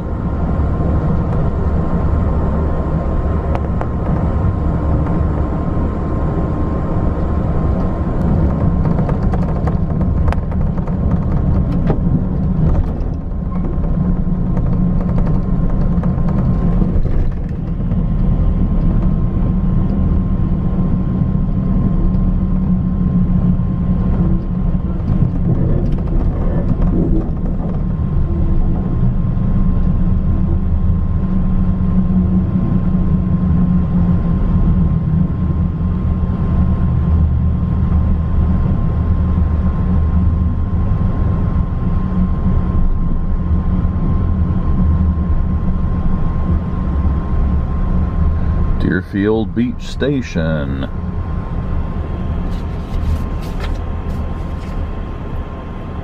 Supposed to be here at 4:53,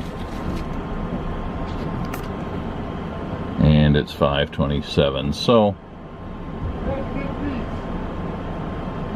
roughly half an hour. Either made up some time or it's just the slop they put in the schedule to account for or to compensate for delays, and we haven't had as many delays, so now that we're getting towards the end, we're less and less behind per schedule. That would be my guess. Flag conductor. Station want to know what the count is for Fort Lauderdale. Well, I was trying to call them, but it's not funny. Got it.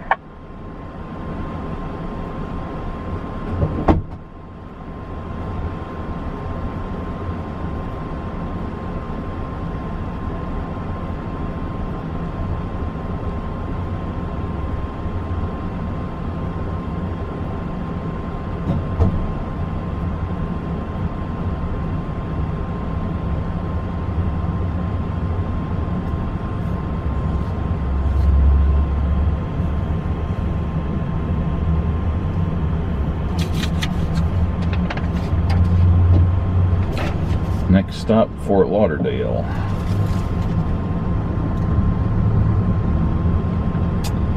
Which is about where I'm gonna start packing up all my stuff. At 5:45, we are on the north side of Fort Lauderdale, more or less. Still paralleling I-95. And as it's a Monday, I guess this is rush hour. We can see in the distance the high-rise section of Fort Lauderdale, which I think is all very close to the ocean.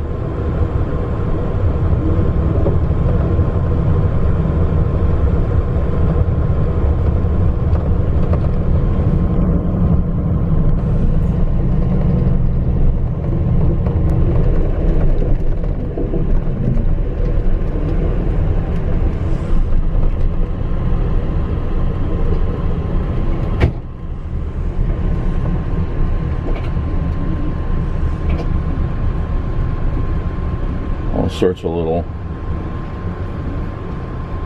shelters set up by people back in the bushes here.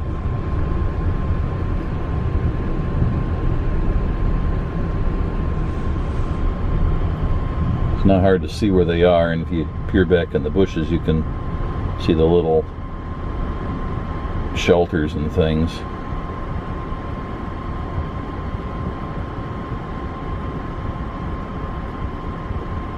I didn't hear an announcement of it, but this fence up here and the concrete below it or beyond it looks a lot like the end of a station platform. So I'm guessing that we are at the Fort Lauderdale train station right at the moment.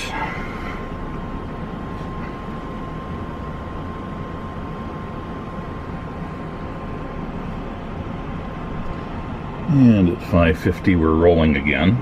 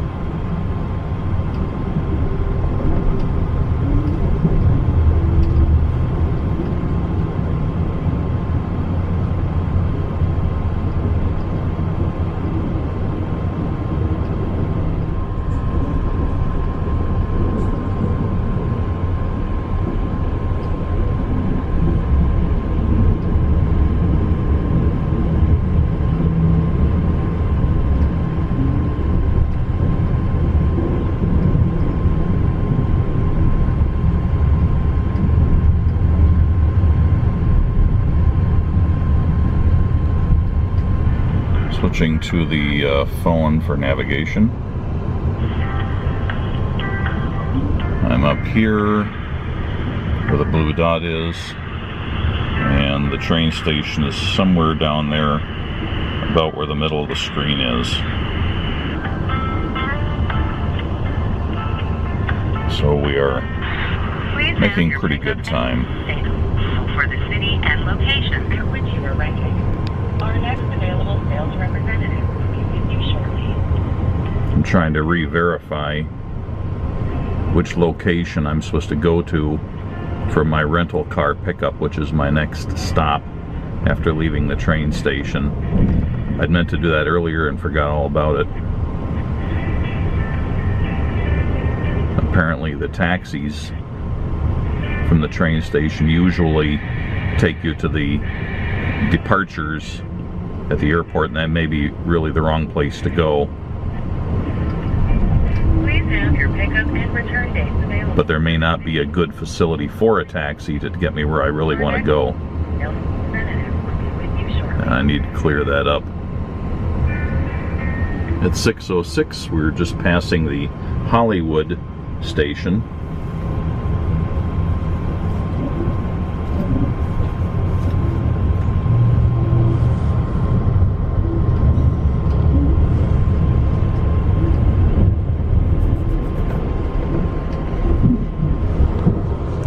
Well, the scheduled arrival time, I was thinking it was 6, but it's actually 6:30, and we might actually be really close to that. Hey, Paul.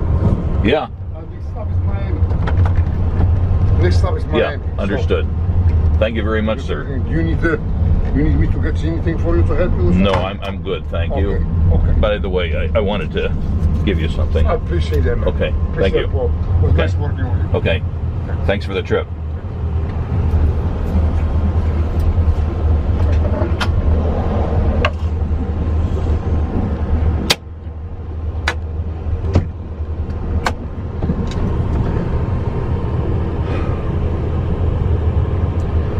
Car attendant just came by to make sure I knew that the next stop was where I was getting off. It's also the end of the line, so you can't really avoid getting off.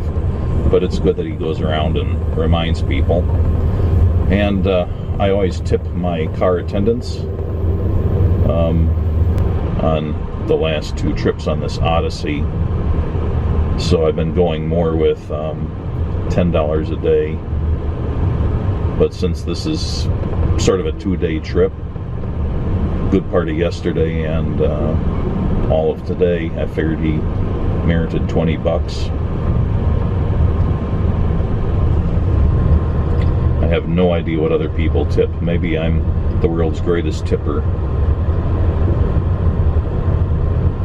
On the other hand, I routinely tip $5 for food deliveries to my home, and that's probably more than most people tip, but I've never polled anyone and I've never seen a statistic on it. We're over by North Miami Beach now, just following I-95 as it jogs over. And once again, the airport is this tan patch down here, and the train station is just to the northeast of it. What is that? Hialeah? However that's pronounced. I think technically the train station might be in that town, but it's just a short distance to the northeast of the northeast corner of the airport. That's where the Amtrak station is, so we're heading right there.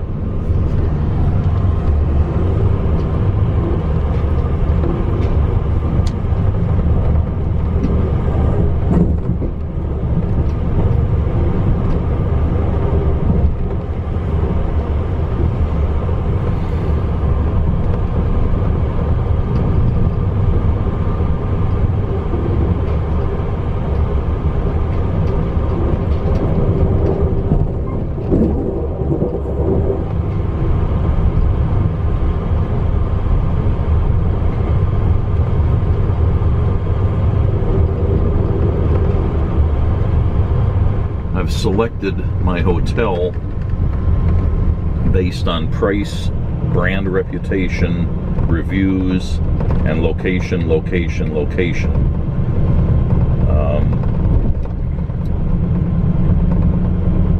Primarily, I wanted to have someplace that was relatively close to where I was getting my rental car from, because I anticipated being rather tired and didn't want to be screwing around too much after I pick up my car. I just want to get over to my hotel and kick back. So I have an airport hotel, and I usually avoid the ones that are right by the airport, but in this case I'm doing it. And also it's also its proximity to the train station, that it's a pretty short drive and a very straight drive. Pretty much just head north from the hotel, and it should be no more than 10-15 minutes tops to get back to the train station when I'm leaving this area on the Silver Meteor in a few days.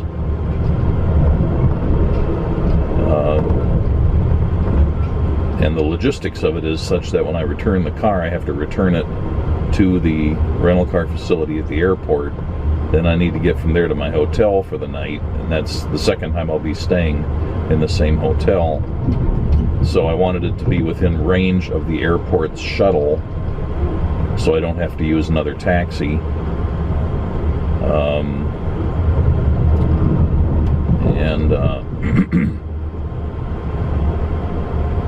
I've had so much trouble with taxis in the past, I sort of avoid using them.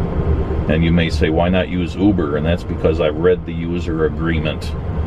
And in my view, nobody whose head is screwed on right, who's actually read the user agreement for Uber, would ever use that service. It's just amazing what they ask you to sign away in order to use that. So I still go with traditional taxis, but I've found that they're not like they used to be. And some companies are very reputable, and other ones are pretty fly-by-night. And I try to pick the good ones that have live dispatchers and things that you can get a hold of if there's any problems. So many of them now, you just leave a message or do something. If anything goes wrong, there's no recourse or way to remedy it. My favorite way is if a hotel is involved, I try to inquire of the hotel if they have a recommended taxi company, somebody they work with all the time, and that they know that they're reputable and will show up. And whenever I've had that kind of situation, then I've had no problems with the taxis. So in this instance, I am using that type of arrangement to get back to the train station. But just to get from the train station now to the airport to pick up my car, I'm just going to use whichever taxi happens to be outside the building. But like I was saying earlier, I have enough experience with rental car facilities at airports where the address they put on the reservation is often neither the address where the cars are located, nor is it the address where the the check-in counter is. It's some business location, which is useless to the car renting traveler. So I could just have the taxi company say, take me to the airport, and then once I get there, then navigate through shuttle buses and what have you that might be there to get to where I actually have to get to rent the car. But I also have had experience having other people or taxis take me to the rental car facilities themselves to find out they're in a parking garage that's restricted to only returning rental cars, and a taxi can't actually get in there to drop me off, and then that causes a lot of screwing around. So that's why I was trying to call in and talk to somebody there. In this instance, they said if the taxi company will do it, just have them take you right to the parking structure. You should be able to just have them drive you right up to where you need to be. But that's different because I have Avis Prime or whatever they call it, where I don't need to go and stand in a line. I can just show up right where the cars are and get handed a key and take off. So they had to check my reservation first to know which place to tell me to go. I think if I had not had that, then they would have told me just to come to the normal check-in counter in the airport terminal. Well, now we're crawling, but we are quite close to where we need to be. Okay. This is the Amtrak Station here. It has a turnaround loop, apparently so trains can turn around, and we're just right up here at the north end of it, so we are practically there.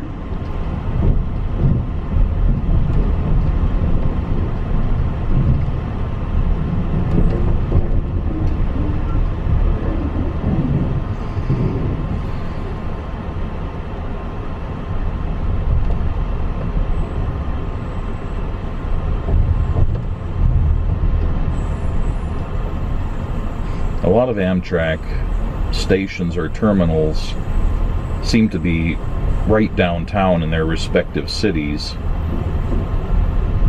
and this one is not. It's kind of out in the boonies. It's neither right next to an airport nor is it close to downtown. I'm not really sure why they chose to put it where it is, but yeah, like here's a junker car, or probably cars that have been written off or declared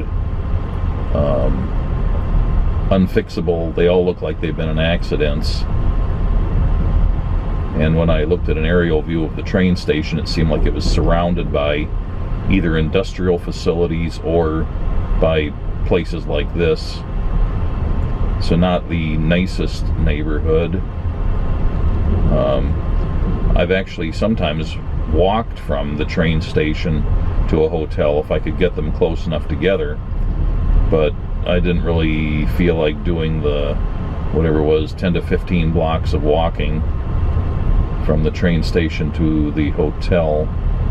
In this instance, it sounded like it was going to be a really tough walk, reminiscent of Steve Martin's walk at the airport in Planes, Trains, and Automobiles.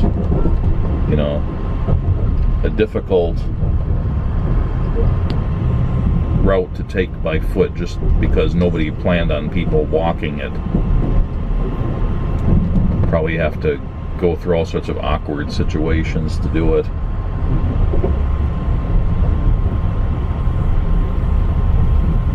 I'm just yakking here to kill time as we approach the station. So once we cross this road up here, then we should basically be at the station's northern edge.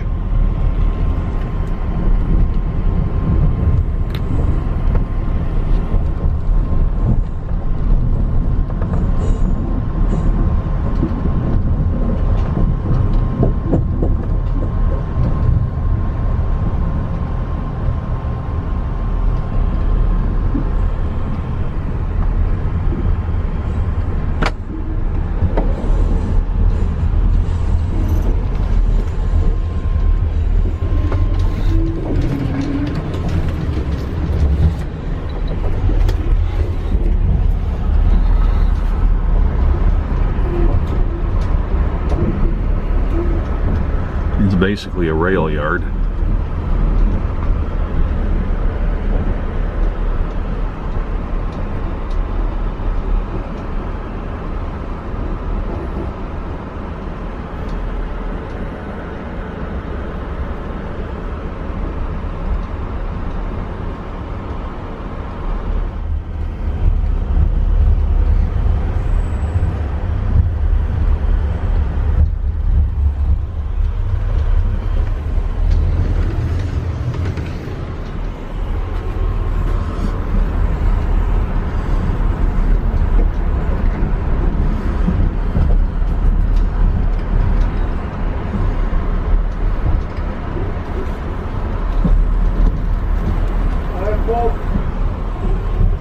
Yep. Okay. Thank you. I'll be outside. Okay.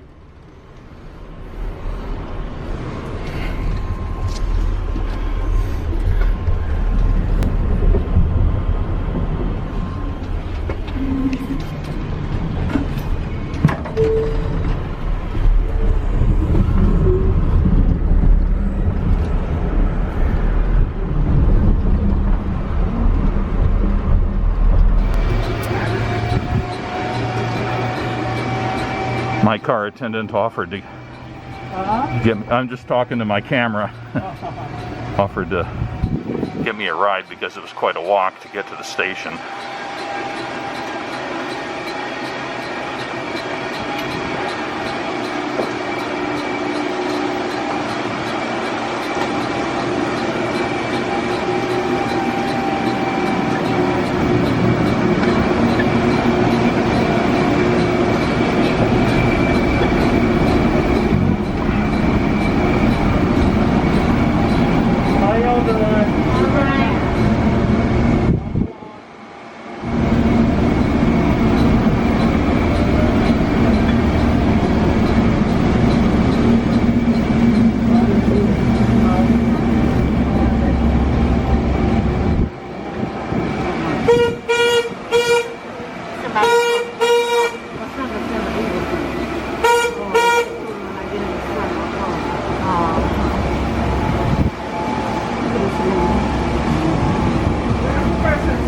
The next car. Okay. Thank you guys. Yeah.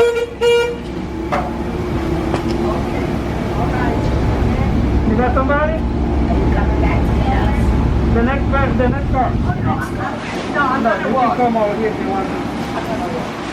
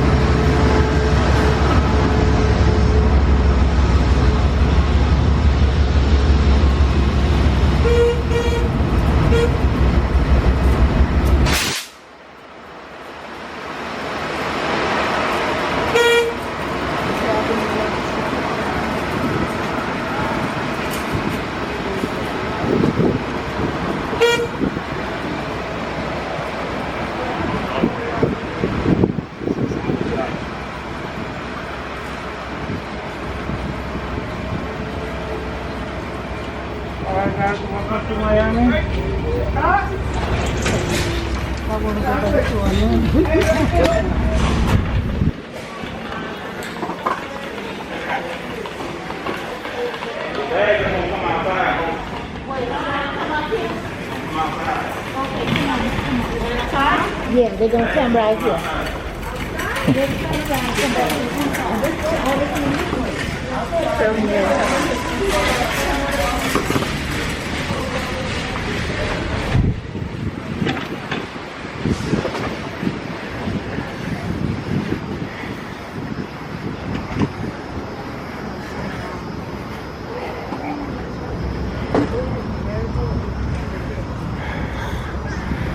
I distinctly remember being told that there was always a queue of taxis out here anytime a train came in. I'm surprised to see there aren't any.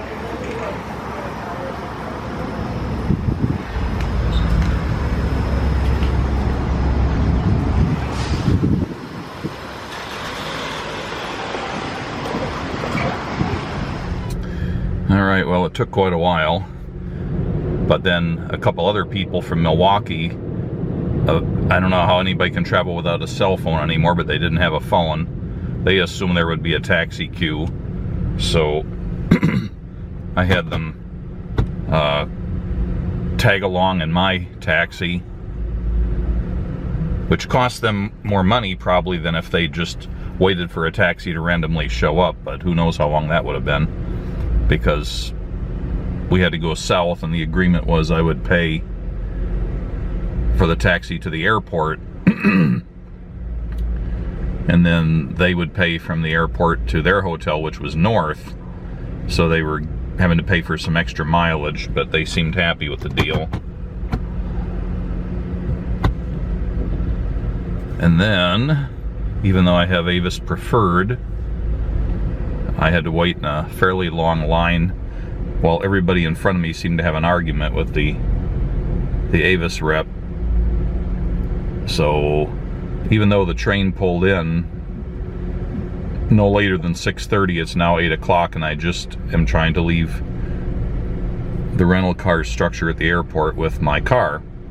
Luckily my hotel is 0.8 miles from where I am now.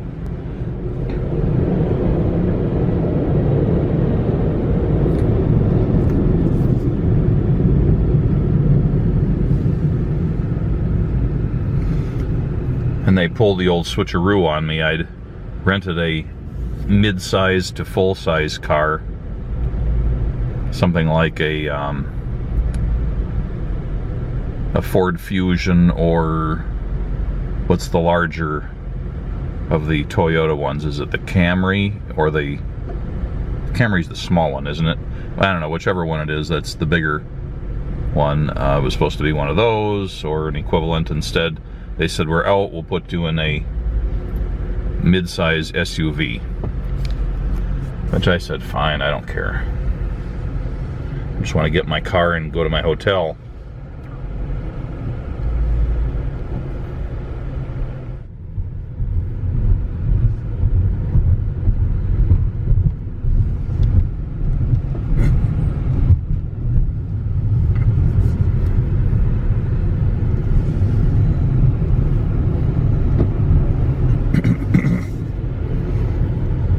Luckily I have my smartphone navigating for me, because it's always a crapshoot how quick the regular GPS will be able to get satellites after coming out of a parking structure.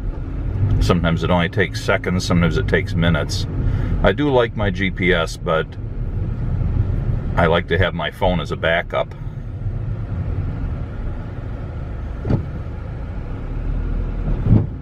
I had no idea my hotel was in such a cluster.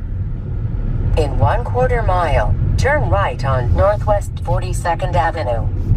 I knew it was close to the airport, but I drove past it in the taxi, and it's like, oh my God, that's where that thing is? Good luck getting sleep. I hope that the walls are soundproof.